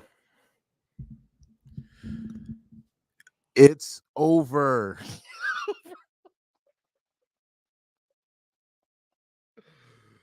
Oh my God. Oh my fuck. It's over, bro. It's over. Nigga. Bruh. He thinks working in some of the most dangerous work environments out there is a summer job. I had a summer job when I was younger. I worked at fucking Friendly's. This nigga's idea of a summer job is working at a meat packing plant, is working at a construction plant, you know, chemical factories and shit for teen. Bro, there's some adults I've worked with in warehouses that should not be in these places. Yo, oh my God. I hope this isn't just a me thing. This is nuts. I think most people don't think people don't let their kids work anymore. Is that why they're all depressed and incapable? I think that most people. So the solution is sending them to meat packing districts or to meat packing factories to work. These will be the same niggas that think that trans people are a danger to their kids, and then they'll send them to fucking meat packing. Well, he won't send his kids. He'll gladly send yours to work there. He won't send his. I promise you. You won't see his kids working in a fucking meat packing district. I promise you. I keep saying district because that's a place in New York. Meatpacking factories. I promise he won't send his kids there, but he will gladly send yours. Think about this. And these are this is why I say libertarians, bro. Libertarians are literally liberals, bro. They're literally more insane neoliberals. So like the Rage Against the War Machine rally and everything, where you see these people like, condemning neoliberalism, like libertarians literally sometimes call themselves classical liberals. They are literally the most extreme version of neoliberals. That's not me saying they're like violent or anything. That's not what I'm saying. In terms of economic ideology, they are the most extreme versions. They're the most extreme versions of a Joe Biden. Oh, this shit is wild, bro. And a lot of them believe this and agree. They agree with this. They agree with this. I know some of them. They agree with this shit, bro. Yo, like this is laughable, bro. This is like, now I see why you're on an internet show, bro. Cause actually not, because I can honestly, you know what, he fits perfectly. Like he will fit perfect on Fox News. He will fit perfect. This nigga would fit perfectly on MSNBC, to be real with you. Let's be honest. ABC. But it's like, bruh. Yo. People believe that 14 Hey, yo. year-olds shouldn't be working on meat packing plants in the middle of the night, cleaning guillotines. I think that's I think literally hard the job work we're is talking good about. for. I mean, you're hearkening back to an earlier era and saying things were always better then. No. Things were. My nigga. The kids weren't working in factories, bro. They were working in factories before. With Bree and all them be talking about in terms of the social democracy that FDR brought about. Like the kids' parents were in the factories and they were making enough money to where their kids didn't have to work in factories alongside them. Like that's how I would have just sat and let him talk for like 5 minutes. Her radar was like 9-10 minutes. I would have let him talk for the rest of the 419 of this video so he could like sound goofy as shit. So he could sound stupid. Were worse then. Kids it was worked horrible then. Kids were dying in factories back then, and we should not go back. If your to issue there. is the fact the employers, the factories need the liability fix, again, yes, again, if they harm people, if they're negligent, I do think they should pay. I've said that in all the discussions we've had. Private corporations are always negligent. So more often than not, they're more negligent than the fucking government. The problem is that they pay the government to cover for them, Robbie. On the railroads, but that doesn't. I mean, the work should be safe for adults and for kids. It should be. Kids. I don't like fetishize kids not working and just being at home on their. If you want your kid to work, let them go work at McDonald's. Let them go work at Friendly's. Not a fucking meat packing factory. Not a construction yard. And maybe I can see construction if they're doing if they're just like grabbing shit and everything like that. But I've been like for example, my father does construction and I've worked alongside him when I was a teenager. But that was me going to work with my dad, not me going, all right, mom, dad, I'm going to work at the construction yard. I'm gonna have a drink. I'm gonna have a beer with the guys afterwards, so don't wait up. I promise I'll be in bed before 9 for school. Like, yo, bro. Well, this is summertime, so yeah. They should be out fucking fishing, playing with their friends, bro. Teenagers, like, they should be worried about college, getting ready for that. This is, again, these people are fucking evil, bro. Again, this is, you see a repeated notion of this. This is the same nigga. He was on here talking like basically justifying a 14-year-old kid getting shot for stealing a car.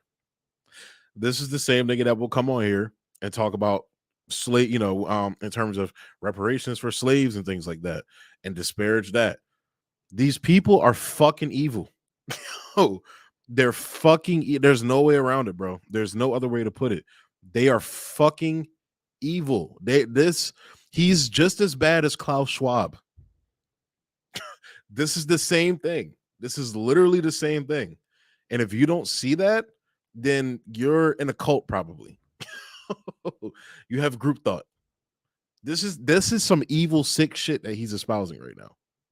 Smartphones all day. It doesn't seem like it's better for them. That's just a straw man, Robbie. The law already allows kids to work. It allows kids to work jobs that aren't especially dangerous. That's why I read all of those caveats off at the beginning. Jobs that are especially dangerous. Well, no, some. Bro, you see, yo, bro. I would have just been like, all right, you got it, bro. Yep. So when your kid's gonna be at the factory, dog? Because like she's like, bro, these will be the same mofos that tweet out "Save the kids, bro, protect the children."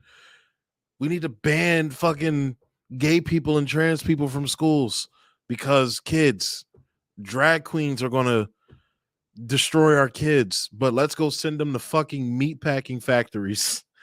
Yo, let them get decapitated a little bit. Let them learn a little something. Let them get their fucking fingers cut off so they can learn something. Like I said, I work in a factory that is like it's pretty dangerous in there, but like speaking in terms of like compared to those types of factories, we're not even I wonder if they even like if they're in steel mills, bro.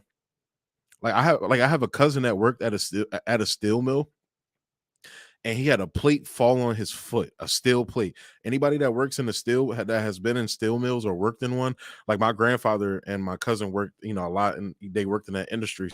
So I was around it a lot when I was a kid. I wasn't there working. I went to work with my grandfather. Just like I said, I worked with my dad too in construction. I would go to work with my dad. My dad, had a company and everything. I would go to work with him. But this is like, I wasn't even a kid when I was with my dad, though. I was like 19, 20 years old. This wasn't that long ago.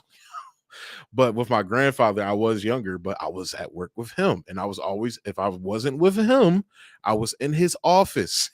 Because he was like a foreman kind of. He worked under a guy who owned the overall company. So, and my cousin worked in a steel mill. And I remember I didn't go to work. I didn't go with them this time during the summer, but I remember going the day this plate fell on his foot. He still has issues with his foot to this day too, by the way. Y'all already know. Like I said, if you've worked or been around or seen these steel plates, you know. I remember him calling. I've never seen my cousin cry. Even when our grandfather passed away, that was the only time I really seen him cry, but he was wearing shades. I couldn't really see it. This nigga was crying on the phone, bro, like a little kid. I didn't recognize who was on the phone until he said it was Andre, and he wanted to speak. My cousin, that's my cousin's name. He wanted to speak to my grandmother, and that's when we found out a plate fell on his fucking foot, bro. And that was a grown ass man, and they want kids in these environments. That's why I wonder if like steel mills is in that too. I didn't hear her mention steel mills, but. But like I said, bro, I work in factories. I've worked in a lot of different types of factories, bro. Kids should not fucking be in there. That's nuts to me, bro. That is crazy. Maybe some people like Greenwald would say the horror, and maybe Upton Sinclair would say the intrinsic visceral horror of what it means to work in a slaughterhouse and to consume animals is something that no human should be engaged in. I'm actually frankly open to that argument, but that seems to be a little bit at odds with your argument that people should be able to do whatever labor they can profit off of and free enterprise. And I'm not going to bring the government into. I mean, this is what I'm saying in all the. I mean, you bring up the curriculum fights or the gender affirming care or all that stuff we talk about because y'all make that like it's a life or death thing, but you're okay with kids working in factories. I keep forgetting to go back to the channel, to the thing. Let me run that back a little bit. That are especially dangerous. Well, no, maybe some people like Greenwald would say the horror, and maybe Upton Sinclair would say the intrinsic visceral horror of what it means to work in a slaughterhouse and to consume animals is something that no human should be engaged in. I'm actually frankly open to that argument, but that seems to be a little bit at odds with your argument that people should be able to do whatever labor they can profit off of and free enterprise. And I'm not going to bring the government into. I mean, this is what I'm saying in all the. I mean, you bring up the the curriculum fights or the gender affirming care or all that stuff we talk about. Again, I don't think it's the government's. If And like I was saying, now he's about to make a point saying that he feels it should be up to the parents in that case. Okay, but Robbie will be the same nigga that then turns around and agrees with conservative people that come on the show when they speak out against these things the way they do. And it's like, bro, y'all literally are more worried about trans shit, which literally is like 0.00000% of the population, just adults, and even less so with kids, as opposed to sending your kids to dangerous factories and warehouses to work.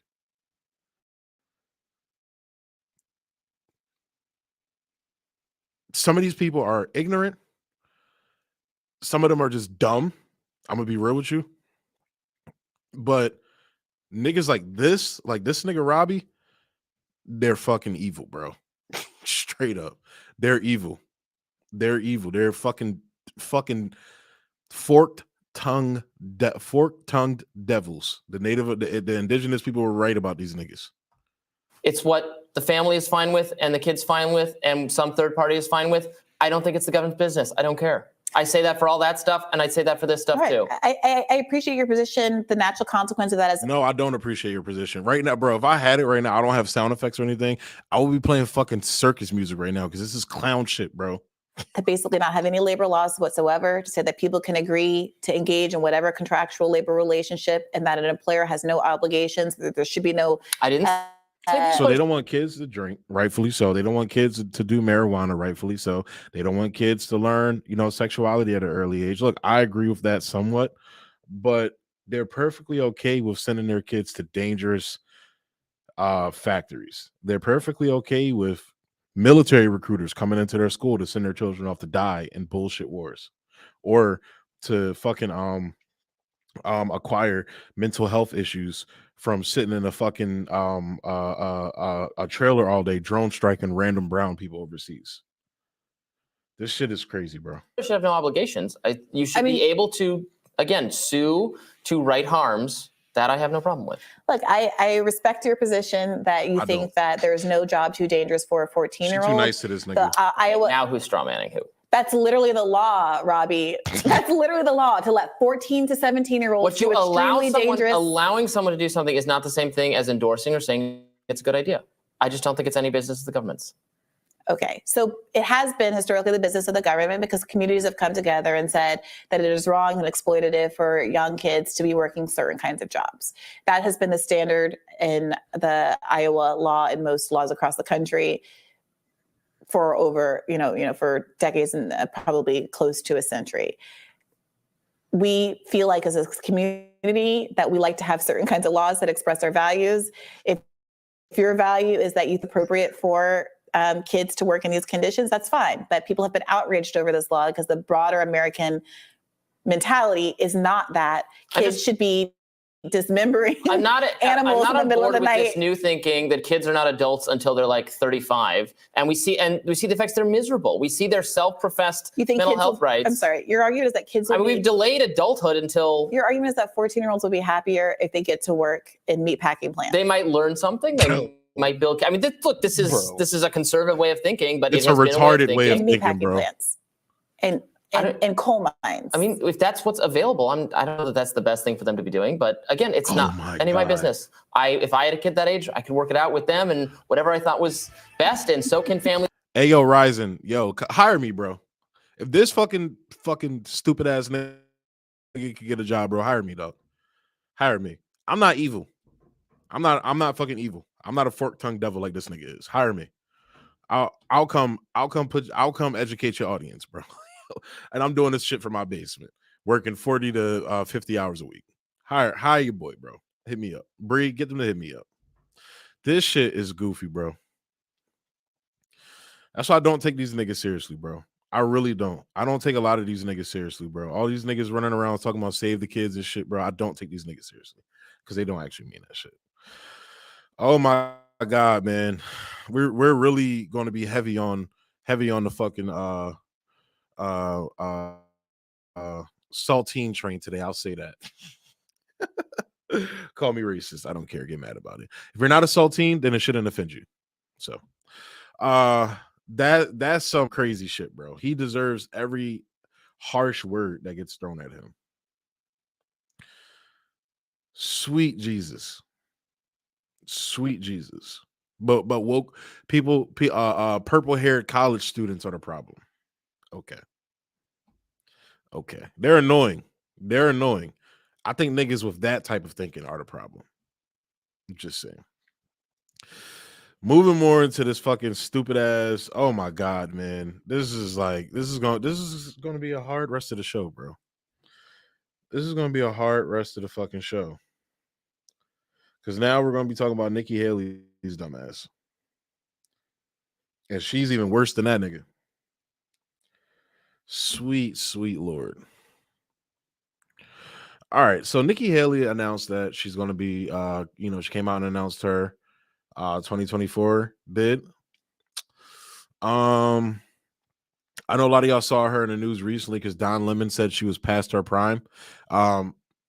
I would be one to incline that Don Lemon is wrong. Nikki Hailey never had a prime. That bitch is whack, bro. She's whack. She doesn't even look good. So Republicans, like, they have, all right, I'll just put it out there. I'll just be straight up. White men, like, usually, like, find whack bitches attractive. That's just straight up what it is. They find whack women attractive. I really don't get it. I don't get the appeal of like a Nikki Hailey. A couple of them, I'm like, all right, yeah, I can see it. Like Sarah Palin, but even her, they would talk about her like she was like a 9 or like some shit like that. She was all right. She's like a 6'7", and that's, to some niggas, that's not even like good, but whatever. Then you had like, they be hyping up Melania, bro. Melania's whack, bro. That's not even like some anti, like, I hate Trump shit. That's just being objective. Melania's whack, bro. Good Lord. But so Don Lemon was wrong. Nikki Hailey never had a prime. But we're going to be looking at her campaign announcement, commercial ad, whatever. And I'm probably going to get mad during this too. So let's go ahead and check this out. Lord, here we go.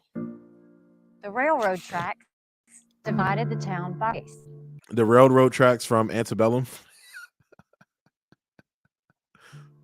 I was the proud daughter of Indian immigrants, not black. Bro, I thought this bitch was, I thought she was like native. I thought she was indigenous, like quote unquote Indian. I don't know if we're allowed to say that anymore, but I thought she was like that. I didn't know she was like Indian. So yeah, I didn't know she was, I guess Hindu would be the word, I guess. Not white. I was different. But my mom would always say, your job is not to focus on the differences, but the similarities. And I'm just going to make a statement here. I'm going to try and wrap it up in like a minute. That is, in essence, my problem that I have with immigrants. That right there, what she just said. Don't focus on the differences. Focus on the similarities. What similarities do you have with a group of people that has historically shitted on your people, whether it was the Americans or the British, more so the British?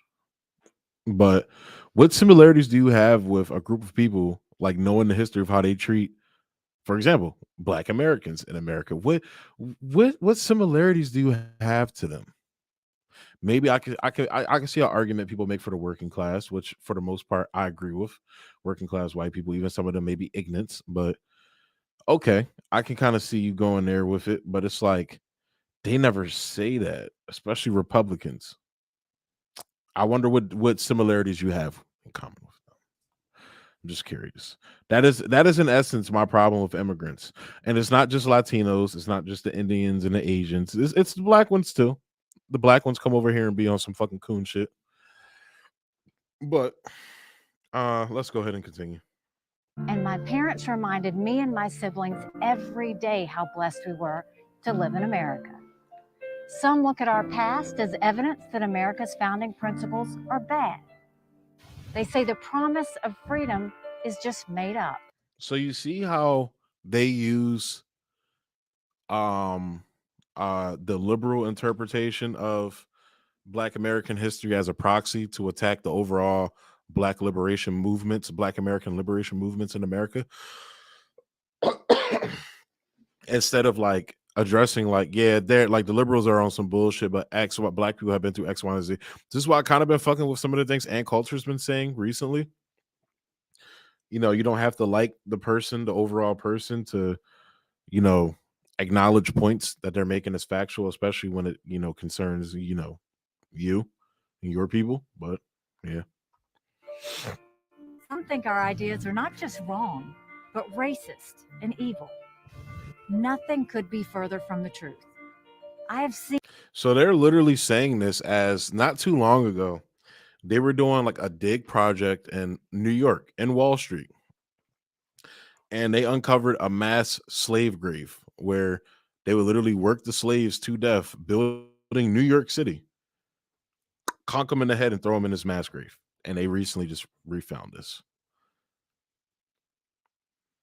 I mean, you go through indigenous history. Obviously, like I didn't even mention the South because we all know about the South still to this day. We know about the South. So, yeah. Seen evil. In China, they commit genocide. In Iran, they. So that's her literally pushing the debunked Uyghur genocide. She actually pushed for the one of the UN investigators. She went to China and found that there was no evidence to support the Uyghur massacre, and like the United States lambasted this woman to the point where I think she resigned. She ended up resigning.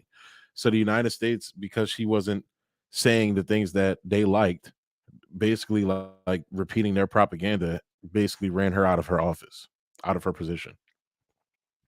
And let's be very clear. Even if China has a population of like 1.4 billion people or something like that, the United States has around like 300 million, 400 million, something like that. So 1.4 billion versus 300, 400 million. Even taking into account the numbers that they say about the Uyghurs, if that was hypothetically in a hypothetical alternate universe that's not real, that's non-existent, but let's say that it is. Even if that their numbers that they say are true about the Uyghurs, like 1 point something million Uyghurs, the United States still has a larger prison population than China. And we're going to be talking about how they treat prisoners, especially ones with mental illnesses, in a couple minutes. But yeah. So again, China, 1.4 billion people, the United States, like 300 million, 400 million, something like that. Even if the Uyghur shit was true, where they're saying China's imprisoning 1.4 something or 1 point something million people, and then add in the rest of their prison population, the United States would still have a larger prison population than China, where they have prisoners doing slave labor, basically. Kamala Harris famously, when she was the district attorney in Los Angeles and in California, she refused to release nonviolent offenders because her office said it would upset the prison labor markets. You see similar things in southern countries like Mississippi. I mean, not even just southern, it's all over the country. But yeah. So again, pot, kettle, black. I ain't that black now. I ain't that black. You know, what he say? What he saying? Don't be a menace. He said, I hate the back of Wesley Snipes' neck because it's black as fuck. R.I.P. Bernie Mac, bro. But yeah. That like so that shit is just funny to me, bro. That shit has always been funny to me. Murder their own people for challenging the government. And the United States does the same thing. Gary Webb, Malcolm X, Martin Luther King, Medgar Evers, Fred Hampton. The list goes on. How many people have they ran out of Mumia Abu Jamal? How many people have they ran out of the country like Black Panthers? All that shit. Please miss me with this. And when a woman tells you about watching soldiers throw her baby into a fire, it puts things in perspective. Even on our worst day, we are blessed to live in America. I was born and raised in South Carolina. So I have seen the very best of our country. People here threw out the old, tired political establishment and demanded accountability for their tax dollars. Industry reports called us the beast of the Southeast, which I love. People came by the thousands for fresh starts. Moms and dads held their heads up high. Children learned that it was always It's a great day in South Carolina. It's a great day. It's a great day. A great day. a great day in South Carolina. We were strong. We were proud. And when evil did come, Police in South Carolina are looking for a gunman following a shooting at a church. Several victims. We don't know the severity. we turned away from fear toward God and the values that still make our country the This is freest. why I keep trying to tell y'all niggas to get away from their religion, bro. They always going to use y'all religion to fucking gaslight you. They already gaslight you, and they do it badly. But when they use religion, that's like, because these niggas, look at these niggas. Look at them. Unreal. And greatest in the world. We must turn in that direction again. Republicans have lost the popular vote in 7 out of the last 8 presidential elections. And like, you're running against Democrats who are like, especially as in modern times, like even like unpopular as fuck. They're unpopular. That has to change. Joe Biden's record is abysmal, but that shouldn't come as a surprise. The Washington establishment has failed us over and over and over again. It's time for a new generation of leadership to rediscover fiscal Oh, responsibility, Lord. secure our border, and strengthen our country, our pride, and our purpose.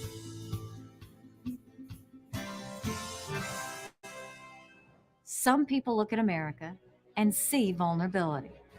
The socialist left sees an opportunity. You see who she totes as socialist? Bernie Sanders is a social democrat. It's different than a socialist. Kamala Harris is all three of these motherfuckers are straight up. No, that's a neoliberal. That's a neoliberal borderline Margaret Thatcher Republican. This nigga is further right. Joe Biden is further right than Donald Trump in almost every metric. Like I've gone over, go watch my videos from the past where I covered Joe Biden's history.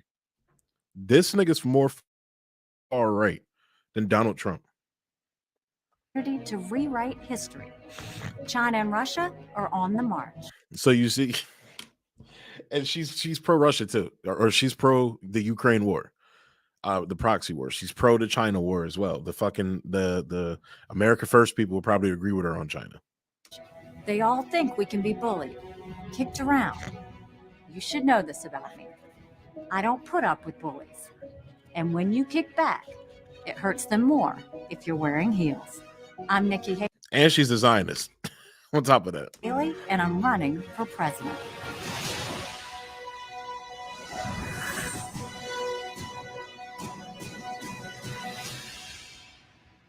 Oh, sweet mayonnaise, man.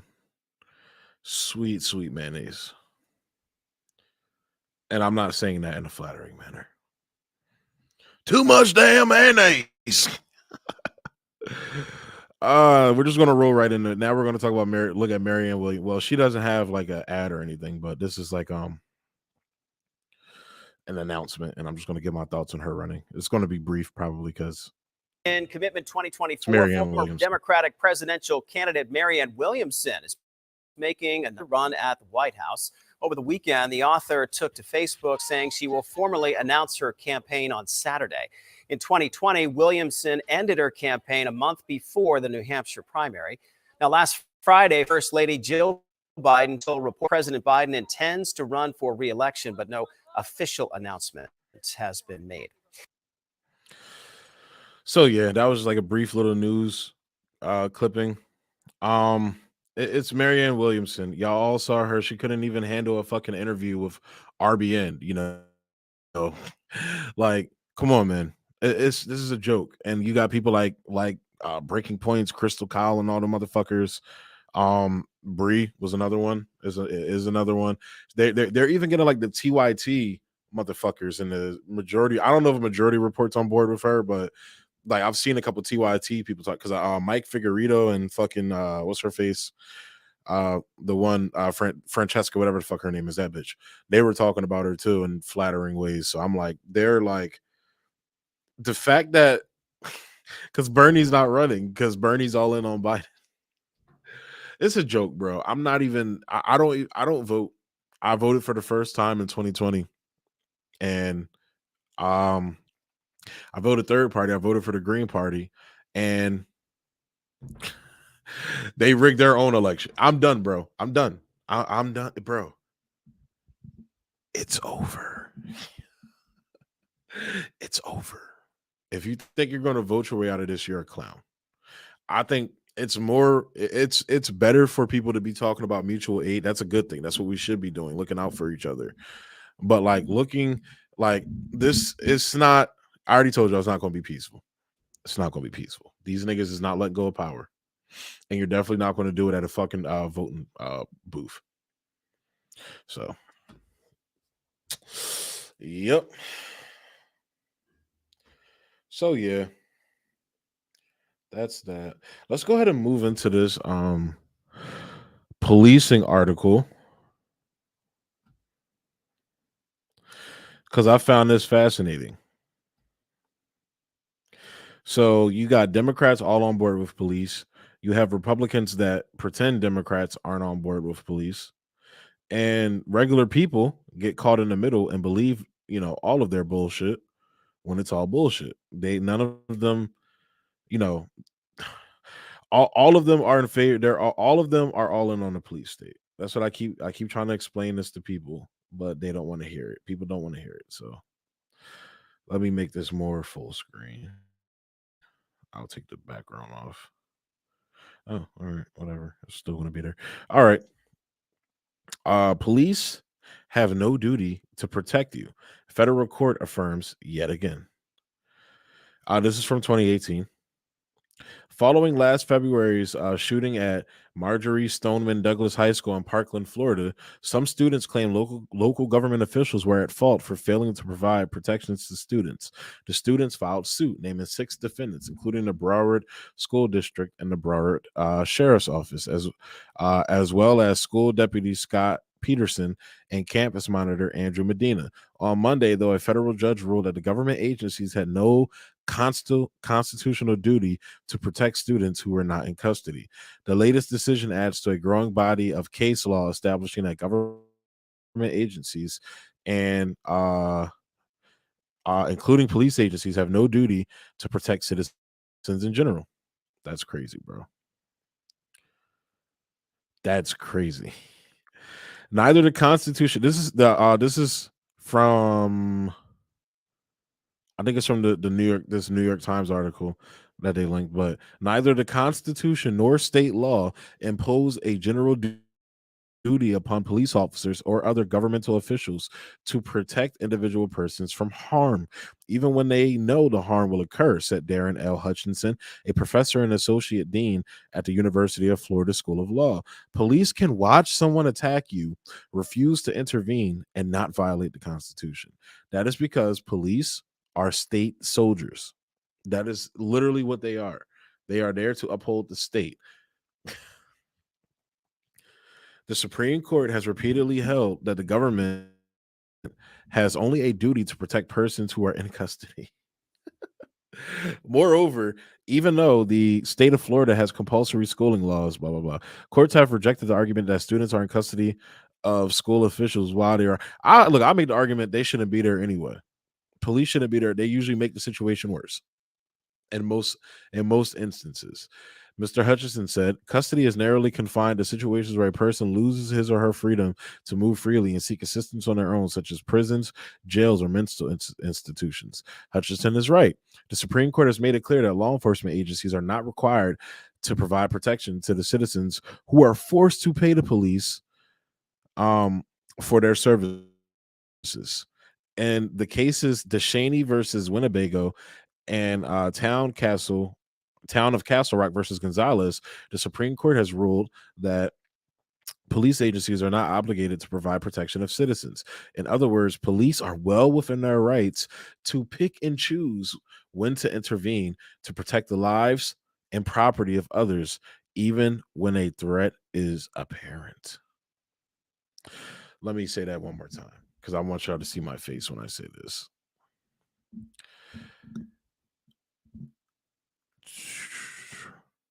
The Supreme Court has ruled that police agencies are not obligated to provide protection of citizens. In other words, police are well within their rights to pick and choose when to intervene to protect the lives and property of others, even when a threat is apparent. So my thing is always, and usually police are the threat. Let's be perfectly real. Police are usually the threat. I should actually show y'all this video, but regardless, and I think they're going to make this case in this article. Well, if that's the case, if they're not there to protect me, and most of the times they're usually the ones that are the danger, why should I listen to them? Why do they have these special protections in the fucking country? Last time I checked, these niggas weren't written in the Constitution. I mean, like police, police being soldiers of the state isn't in the Constitution. Me having to abide by a state soldier isn't in the Constitution. Last time I checked. Yeah, that shit's crazy, bro. That shit's crazy. Niggas want to talk about the foundation of this country and shit, but don't want to talk about the real shit when it comes to that. Cause and I'm gonna show you how, like, we're gonna look at an article and video that I recently found or that I came across. Hang on.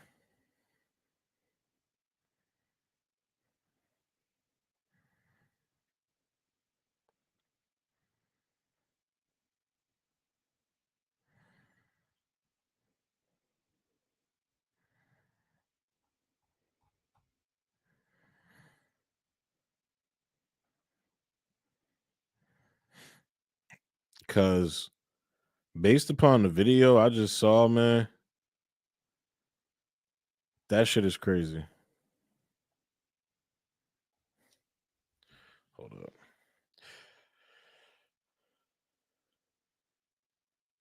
Oh, I know where I watched it at.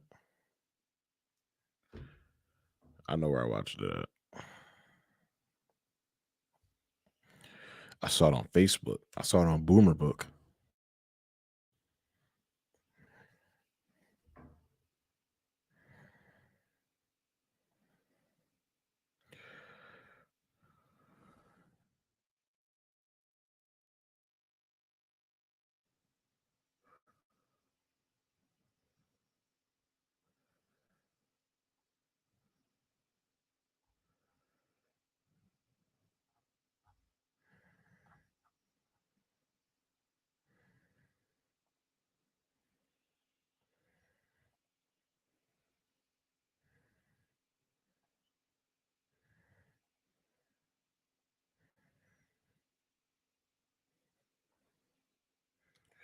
Hang on.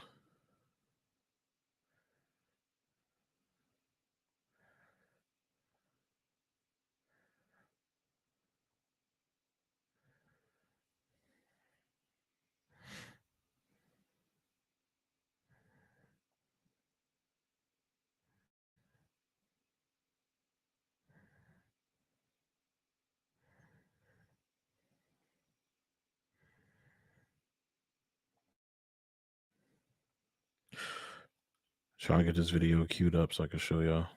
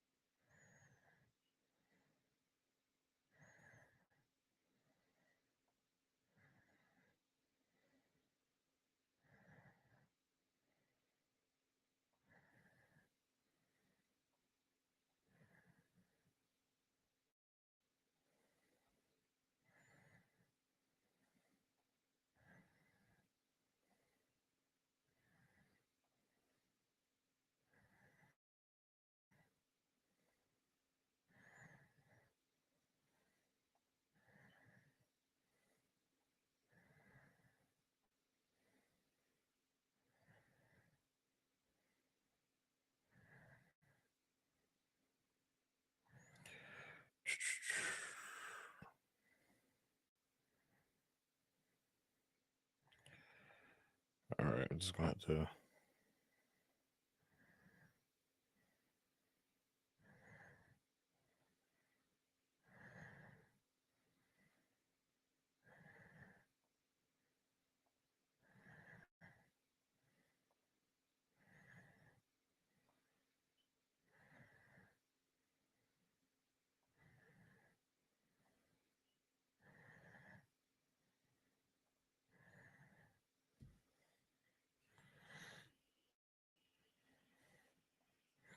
Sorry about that, guys. I'm just trying to get this video queued up. We're going to finish the article, then move into the video.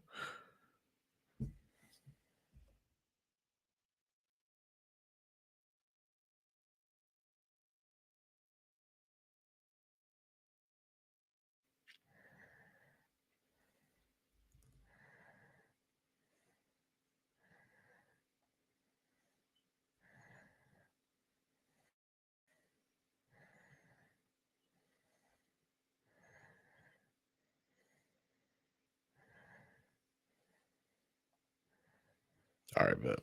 We should be good now.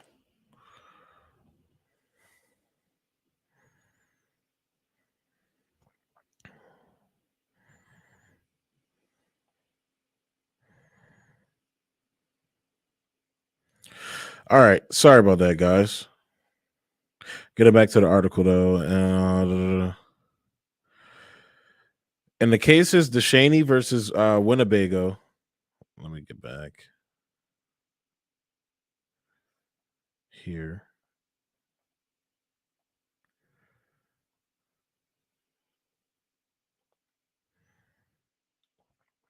In the cases of DeShaney versus Winnebago and Town of Castle Rock versus Gonzalez, the Supreme Court has ruled that police agencies are not obligated to this. I read that. In both of these court cases, clear and repeated threats were made against the safety of children, but government agencies chose to take no action. And obviously, we saw what happened in Uvalde, Texas as well. So, a consideration that's in Texas, pro rootin' tootin' gun Texas. A bunch of fucking bitch made ass cops down there.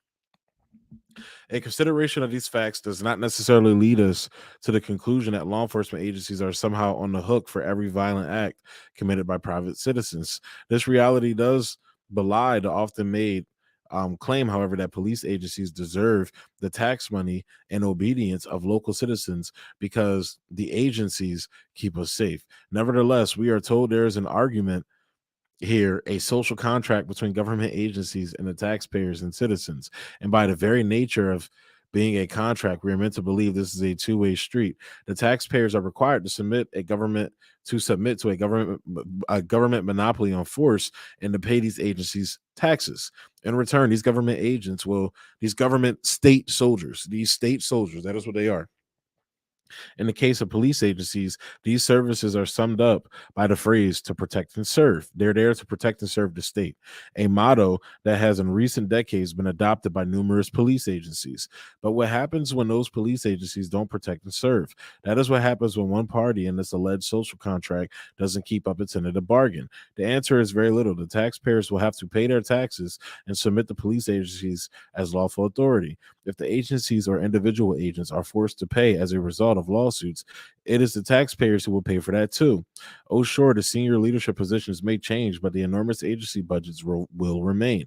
The government agents themselves will continue to collect generous salaries and pensions, and no government will surrender its monopoly on the use of force. And I actually have another article about this as well that I'm going to be talking about. But I was just curious who these motherfuckers were.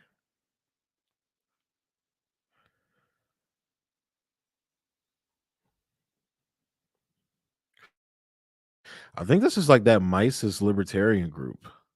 And like I said, I usually agree with libertarians on civil liberties issues. This is the group that I think, I may be wrong.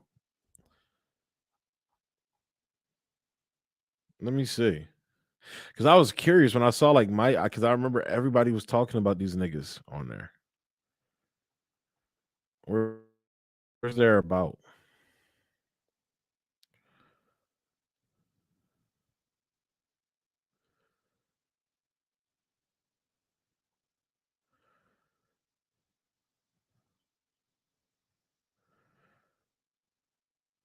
I think that's what these niggas are. I may be wrong though.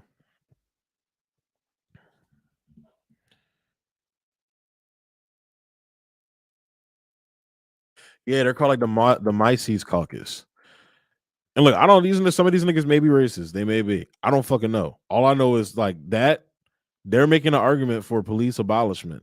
There's some like quote unquote progressives who don't argue that. So yeah. That's funny as shit because it's like literally if you were to put something over it where you couldn't see the word Mises on it and you showed it to any of the people criticizing them right now and criticizing the Rage Against the War Machine, John, because of specifically because of them,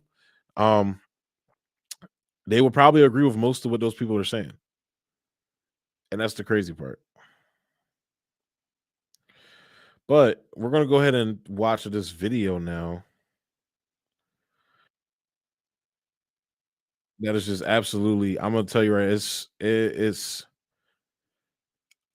abhorrent to watch. I'm not trying to give you a trigger warning, but I'm just saying like this, when I watch this, it pissed me off. I'll tell you that. So.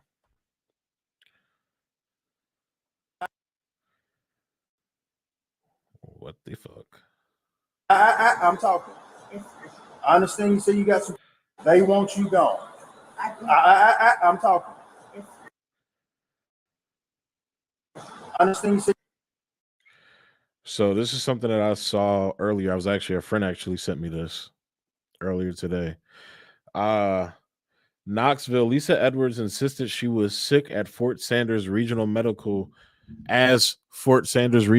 Center discharged her. Knoxville Police Department, Tennessee, arrested her, joked about her pain, and you'll see what happened. You probably read there what happened, but like I want y'all to just watch this.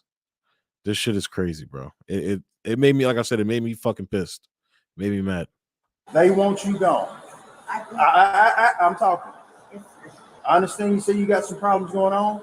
You're going to have to find a way to get out of here, okay? I don't want this to turn into a situation where you have to go to jail. Shattered my ankle. I had a stroke. Well, if the medical professionals have saw you and discharged you, they won't. I got nothing to do with that then, but you got to get going. I can't even get down there. So you. Now you see how they're talking to an elderly woman. This is a cop talking to an elderly woman like that. And I'll tell you right now, if I ran into this goofy ass nigga talking to my mama like that, we're gonna have problems. If somebody was talking to my mom like that, or my aunt or my grandmother, nah, bro. You're getting smacked. I don't care if you're a cop or not. And that's what I'm in no way, shape, or form advocating violence against anybody, especially police. I'm not advocating violence, but I will say I think that they'll get on that act right if that were more of a threat to them. Because right now it's really not. They say it is. It's really not. They just do it because they have the power to do it. If citizens started standing up for their fellow citizens like they're supposed to be, which is why I make these arguments all the time on this channel, they'll get that act right. I really think they will. But this is how they're talking to an elderly woman. You're saying that you're going to go to jail. What's going to happen is you're going to have to roll this off the property. It's the hospital's wheelchair. Well, you're going to have to get up and figure out a way to get going. I can't. Please don't do me this way. I don't want to go to jail. Get up and move then. Porter Bravo, you had a wagon sitting over here. Jail. Confirmed. All right, young lady. Oh no. I need you to step up. I Okay? can't. Yeah, you have to. Pull me back. I can't. Oh my God. Oh my God. You're going to have to get up there because we're going to have to physically put you up there if not. Oh my God. I can't. You're going to break me. Yes, ma'am. You're going to have to get in My there. ankle. I can't breathe. You've been medically cleared, ma'am. This is not going to work. So we need you to help us. My ankle. No, stop.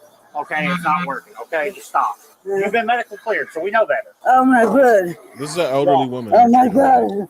Get in the daggone. Okay. Oh my God. Jesus, Lord, Mary, goats. Now you're starting to piss me off. Get up. Okay. Okay, give me up. This is all an act. She has been discharged. No, I haven't. This is I the can't Lord's. do it. Listen to me. This is the Lord's day. All I want to do is give me some coffee and some oatmeal. I'm not going to deal with your mess this morning. We've already spent too much time on you. Do you hear that, bro? This is the Lord. So a supposed Christian is treating an elderly woman like this. A supposed Christian. A self-proclaimed Christian is treating an elderly woman like this.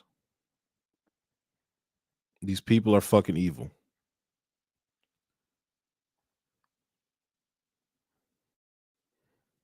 You're going to get up here in this van and you're going to go to jail. We're done with it. Okay, I'm going to pass out. You're not going to pass out. We're going to get in there and pass out. We'll be done with it. Because this is all an act. You're not going back in the hospital. We're not taking you back. You've been kicked out of 2 hospitals. What do you need your purse for? It's not in there. We've already went no inhaler in your purse. You guys can't do this to me.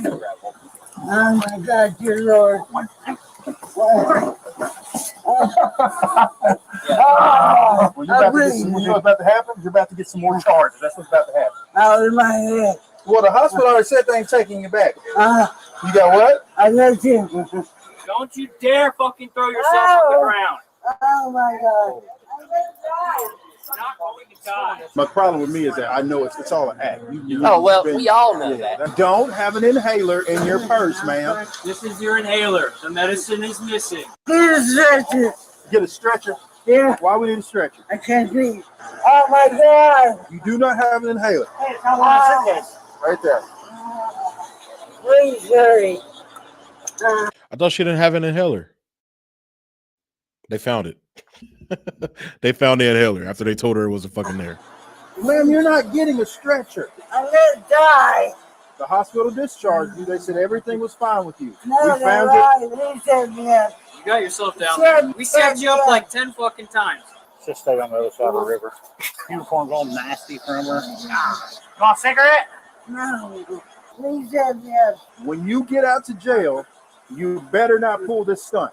Because they don't play around out there. Doctor. Oh my God. And that's a fucking man, bro. A man watching them treat an elderly woman like that. Just walk right on by. No questions or nothing. Oh, it's the state soldiers here that are here to protect and serve. Not really. Just want to walk on by. It's a lot like this. This is the type. So they talk about all this like manly man shit and all that. That's some bitch made ass shit. And a lot of these niggas speaking that shit would do that right there.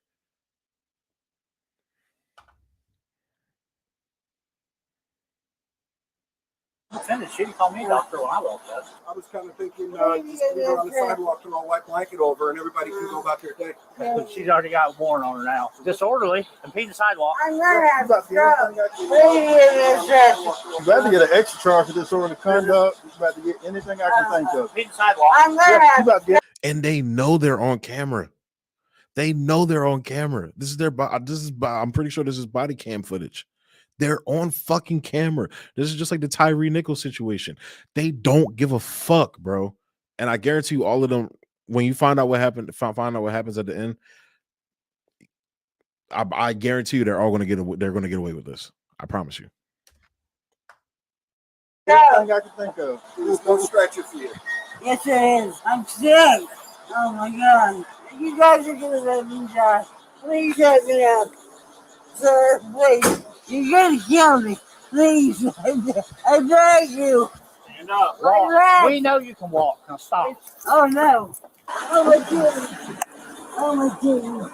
Oh. Whoa. Okay.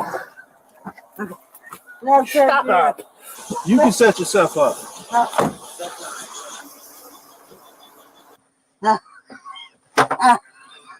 How can you kill me? I can't breathe. I can't.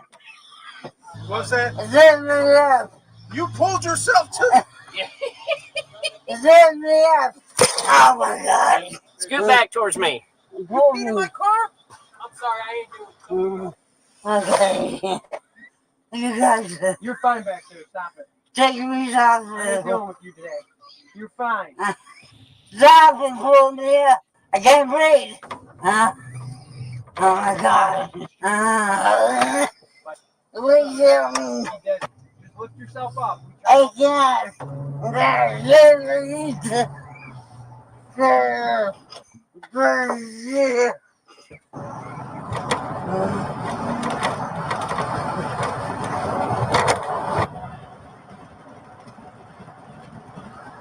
She goes quiet. Hey, are you up? I don't know. She's not responding back here now. Can you start me at 47 here emergency, please? Hey, come on, sit up. Sit up. 20 to 41, is it your prisoner that's unconscious or the driver of the car you stopped? My prisoner. Sit up. Yeah. I don't know if she's faking it or what, but she's not answering me. Wake up. Hey, wake up.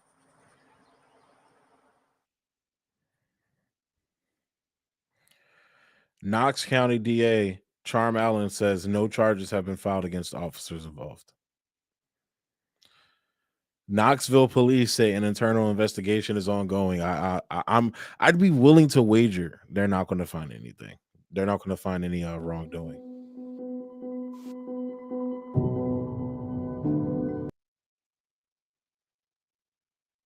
That is what your tax dollars are paying for. That's what your tax dollars are paying for. This is also what your tax dollars are paying for. From this article right here. This is also what your tax dollars are paying for. Starved to death in an American jail. The man who couldn't pay $100 bill. Routinely homeless schizophrenic with an IQ below 55, Larry Eugene Price Jr. wandered into a small Northwest Arkansas police station on August 19, 2020. As he did nearly every day, police in the town, Fort Smith, were used to seeing Prince, then 50, coming in, hanging around for a bit, then leaving. But on that late summer day, Price, also diagnosed with bipolar disorder and having PTSD, used his fingers like a gun to point around the station and at officers, threatening and cursing at those present. Officers, seemingly concerned for his well-being and the safety of those in the station, arrested him on a state felony, terroristic threatening in the first degree. Standing 6'2", nearly 200 pounds, Price, according to police reports, wasn't an immediate threat. He had no real weapon, but there was no settling him down or reasoning with him, so he was handcuffed and taken to the Sebastian County Detention Center, which handles inmates for Fort Smith. He was locked up, then went before a judge who set bond at $1,000. It was simple. He would have been free with $100 for bail, but he was destitute. From then, everything else that could have gone wrong for Price did. His mind lost, his health gone, and seemingly no one paying attention to his well-being. Price died a year later at 51. He was found in a solitary confinement cell with his eyes wide open, naked, starved, dried saliva on the corners of his mouth, in a pool of water standing so large his feet had shriveled. He had long since had his medication taken away. Toward the end, he had resorted to eating his own feces and drinking his own urine. This is another one that infuriated me when I read it. Again, from then, everything else that could have gone wrong for Price did. His mind lost, his health gone, and seemingly no one paying attention to his well-being. And as I said in the article earlier, he has schizophrenia, as well as PTSD, and he has bipolar disorder. But locking him up made the situation worse, as I just read, and seemingly no one paying attention to his well-being. Price died a year later at 51. He was found in a solitary confinement cell with his eyes wide open, naked, starved, dried saliva on the corners of his mouth, in a pool of standing water so large his feet had shriveled. He had long since had his medication taken away, and toward the end of his life, he resorted to eating his own feces and drinking his own urine. Good old American values there for you, right? Yeah. Sounds about right.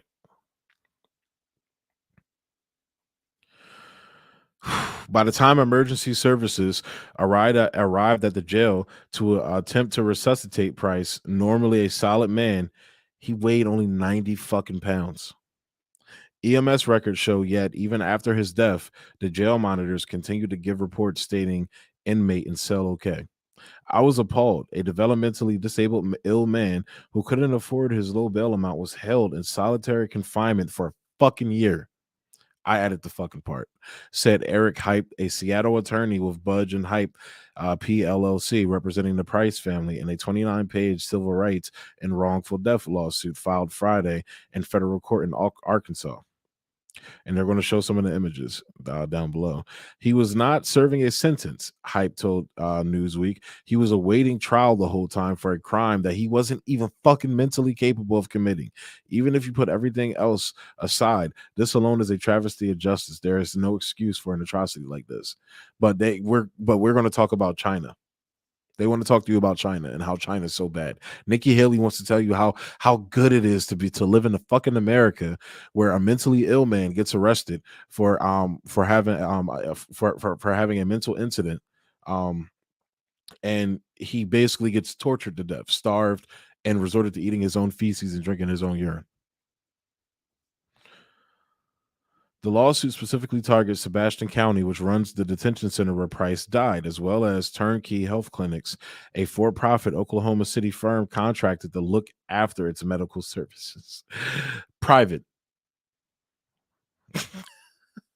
But how Price got from A to Z in that year and 10 days, a story pieced together by Newsweek, touches many hot-button issues of criminal justice, particularly after the murder of George Floyd in Minneapolis. They go through the whole thing.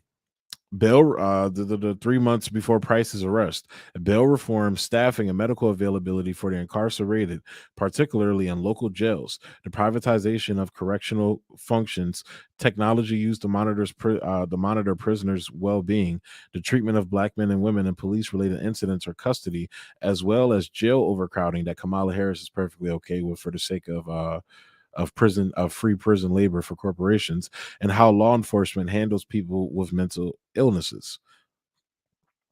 This case represents everything that's wrong with the cash bail system. Hype said it punishes the poor. He was essentially jailed for being in a mental health crisis. He didn't hurt anyone. If anything, he was the one who needed help. Instead of getting him that help, they took him to jail and locked him in solitary confinement for a year.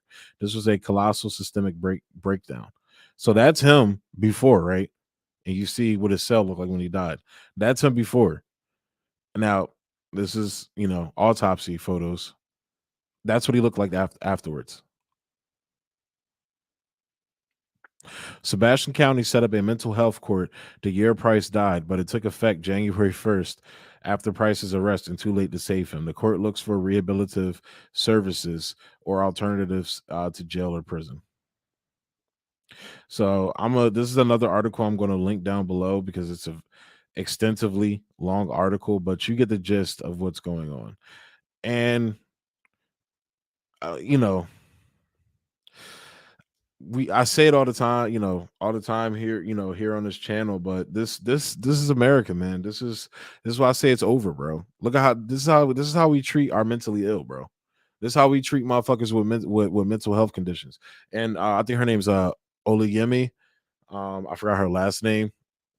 A lot of y'all know her. She does the she's a justice reform person, bail, police abolishment, and things like that. I don't agree with her on some things outside of that, but that doesn't fucking matter because her work on this is impeccable. She talks about this shit all the time. This is normal. This happens in New York and Rikers. This happens all over the fucking country. This is how we treat black people in America, black Americans. And you got progressives like TYT and all them calling for more law enforcement when shit like this is going on. And obviously conservatives, are bootlickers as well. Not all of them. As you saw, the Mises causes gets it. They understand it for the most part, to the point where they're actually calling, it sounds like they're calling for abolishment of these institutions. It's hard to hear stories like that and then have people look me in my face and tell me that you need to be proud to be an American. You need to be patriotic. When you hear stories like that, it doesn't seem like the country we're supposed to be patriotic to is reciprocating that love that we're supposed to show them. And in many instances, Black Americans have. You still have these FBA niggas and these ADOS niggas running around with American flags in their profiles and shit. And they could do that. You know, a lot of them have done more work than me on this issue. I'm new to this issue. Well, not new to it, but in terms of like, I haven't done activism like a lot of these people have. So more power to them. I'm not going to shit on those people because they've done more than me, but you'll never catch me waving no American flag, bro. Like, I only say I'm an American because I live here. That's it. This doesn't make me proud. Shit like that. Watching what they did to that woman. And to take it a step further into race, there was a tweet circling on Twitter. Let me see if I can find it. Talking about Ashley Babbitt. So some liberal on Twitter was tweeting out something about Ashley Babbitt. Let me look it up and see if I can find it.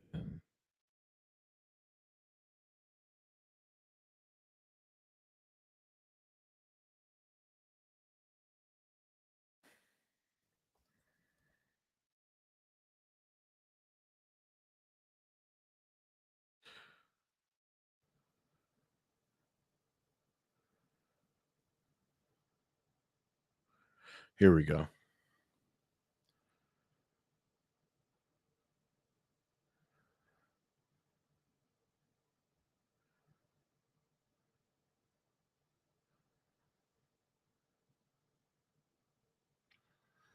I found the tweet, but I more so want to see people's reactions to the tweet because I find it interesting. And I'm not here to shit on these people. I probably agree with these people on things. So I'm not here to shit on these people.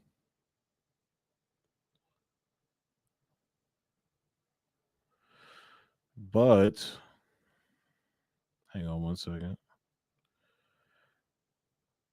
I'm just going to scroll a little bit more to see if I can find it. If not, I'm just going to go to the original tweet and explain to you what people are saying about it.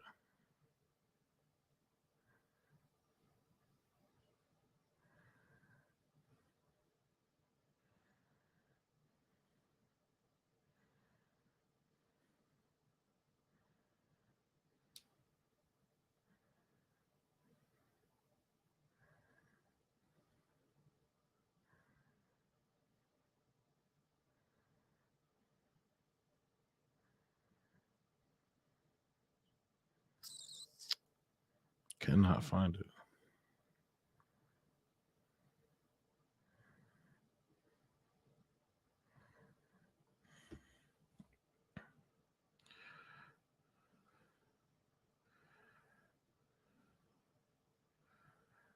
Hang on. Let me see if I can find it. I think it's here. No.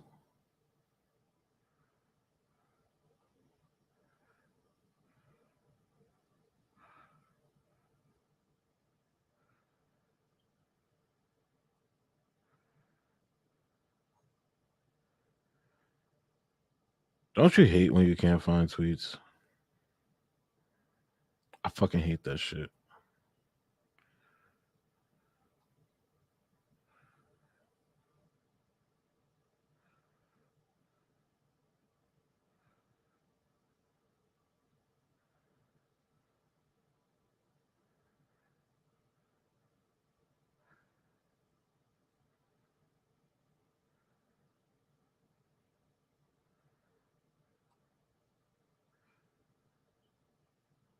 I like showing these things just to give y'all a better sense of what's being said.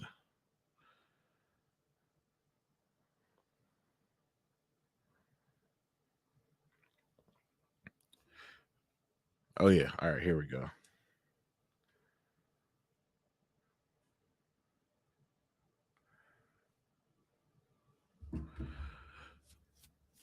So you had this woman, and I honestly, in all honesty, I think this account is a bot account. Honestly, I'm gonna just keep it a being with you. I think it's a bot account, but for the sake of argument, because people were responding to it, she put this tweet out. Erica Marsh, well, the account has like 106,000 followers, so maybe she might be real. I don't fucking know. Regardless, Ashley, she said Ashley Babbitt was a terrorist who fucked around and found out. I have no remorse for terrorists being put down. So literally, like in another universe, like that could have been a Bush era person saying that. Why is Stalin trending?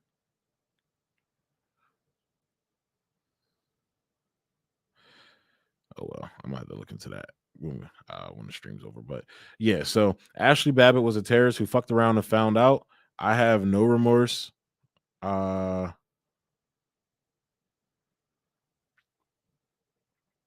have no remorse for terrorists being put down. I came across this tweet because somebody responded, "This is the insanity of modern American liberalism. Suddenly being okay with blatant police brutality because the victim was what was on the other team, and no, she was not a terrorist. She was a rioter. You complete fucking idiot." And I responded, I was like, the problem is that people who bring up Ashley Babbitt never bring up Hunter Britton, Daniel Schaefer, Ryan Whitaker, Jared Lackey, or any other non-black victim of police brutality. Plus, most still bootlick the police. So that tells me they don't really care about her incident. They care about you, and I'm adding this in there. They care about using her incident to play political football. So those people don't actually care about Ashley Babbitt. They care that liberals are shitting on Ashley Babbitt. Because if you ask any of the people that defend Ashley Babbitt, they can't name you any of those other names that I just said. And there's many more, but these are just like a select few.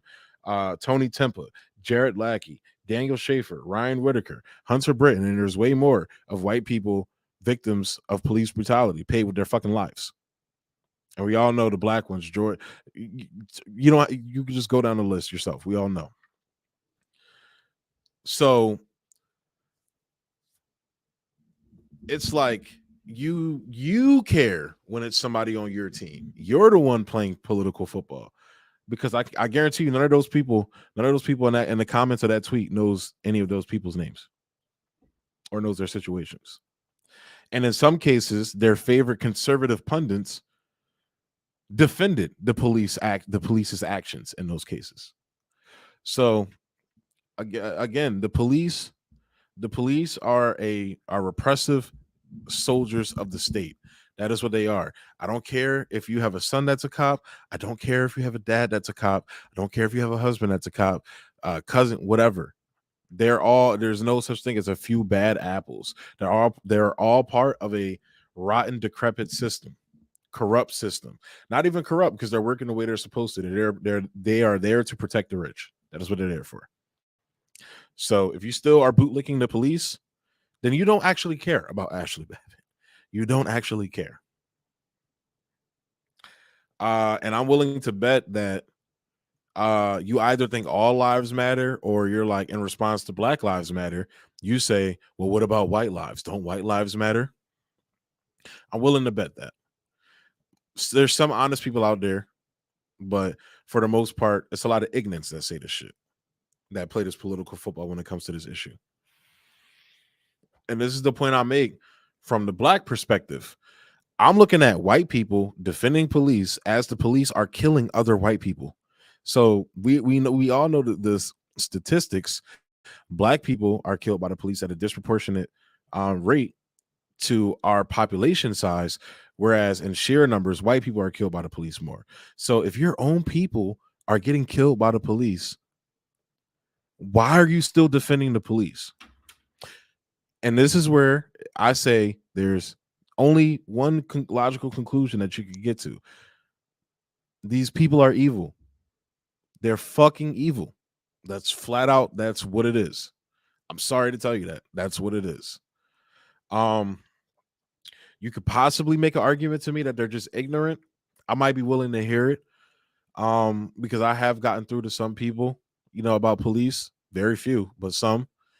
But for the most part, man, I can't see a person, seeing all these cases both from and there's Latinos in there that I didn't even name, that I haven't named. There's Asians in there that I didn't name. And it's not even just about the killing, it's about the repression of the police. They literally occupy these poor communities like an occupying force. They're like the military. They get trained by the Israeli military. Most of these police departments do. So, like I said, man, I'm just gonna go ahead and close that out there. But man, it's over. It's truly over. It's over in America. It's done. I don't see no fixing this. I don't see no reforming this. I only see, what I said. I'm not advocating violence or condoning violence or anything, but I'm saying these people are not. There's not going to be no fucking peaceful revolution. That's all I'm saying. I'm not advocating violence. I'm just keeping it real. So that being said, guys, I've been going for about 2 hours now. I'm going to go ahead and wind down. I'm about to chill. I got off tomorrow, so I'm going to be chilling, cutting up some clips from this and a couple of the past streams. So I might look out for content on Wednesday. Yeah, guys. So as always, like, subscribe, and share. Emphasis on all that. If you can, if it's possible for you, down in the description below, there's multiple ways for you to help support the show, contribute to the show. Helps keep the lights on, make things, run smoother over here. I know times are hard, so if you can't, just enjoy the content that I'm putting out. And yeah, guys, again, thank you for tuning in. Stay woke, and be easy. Peace.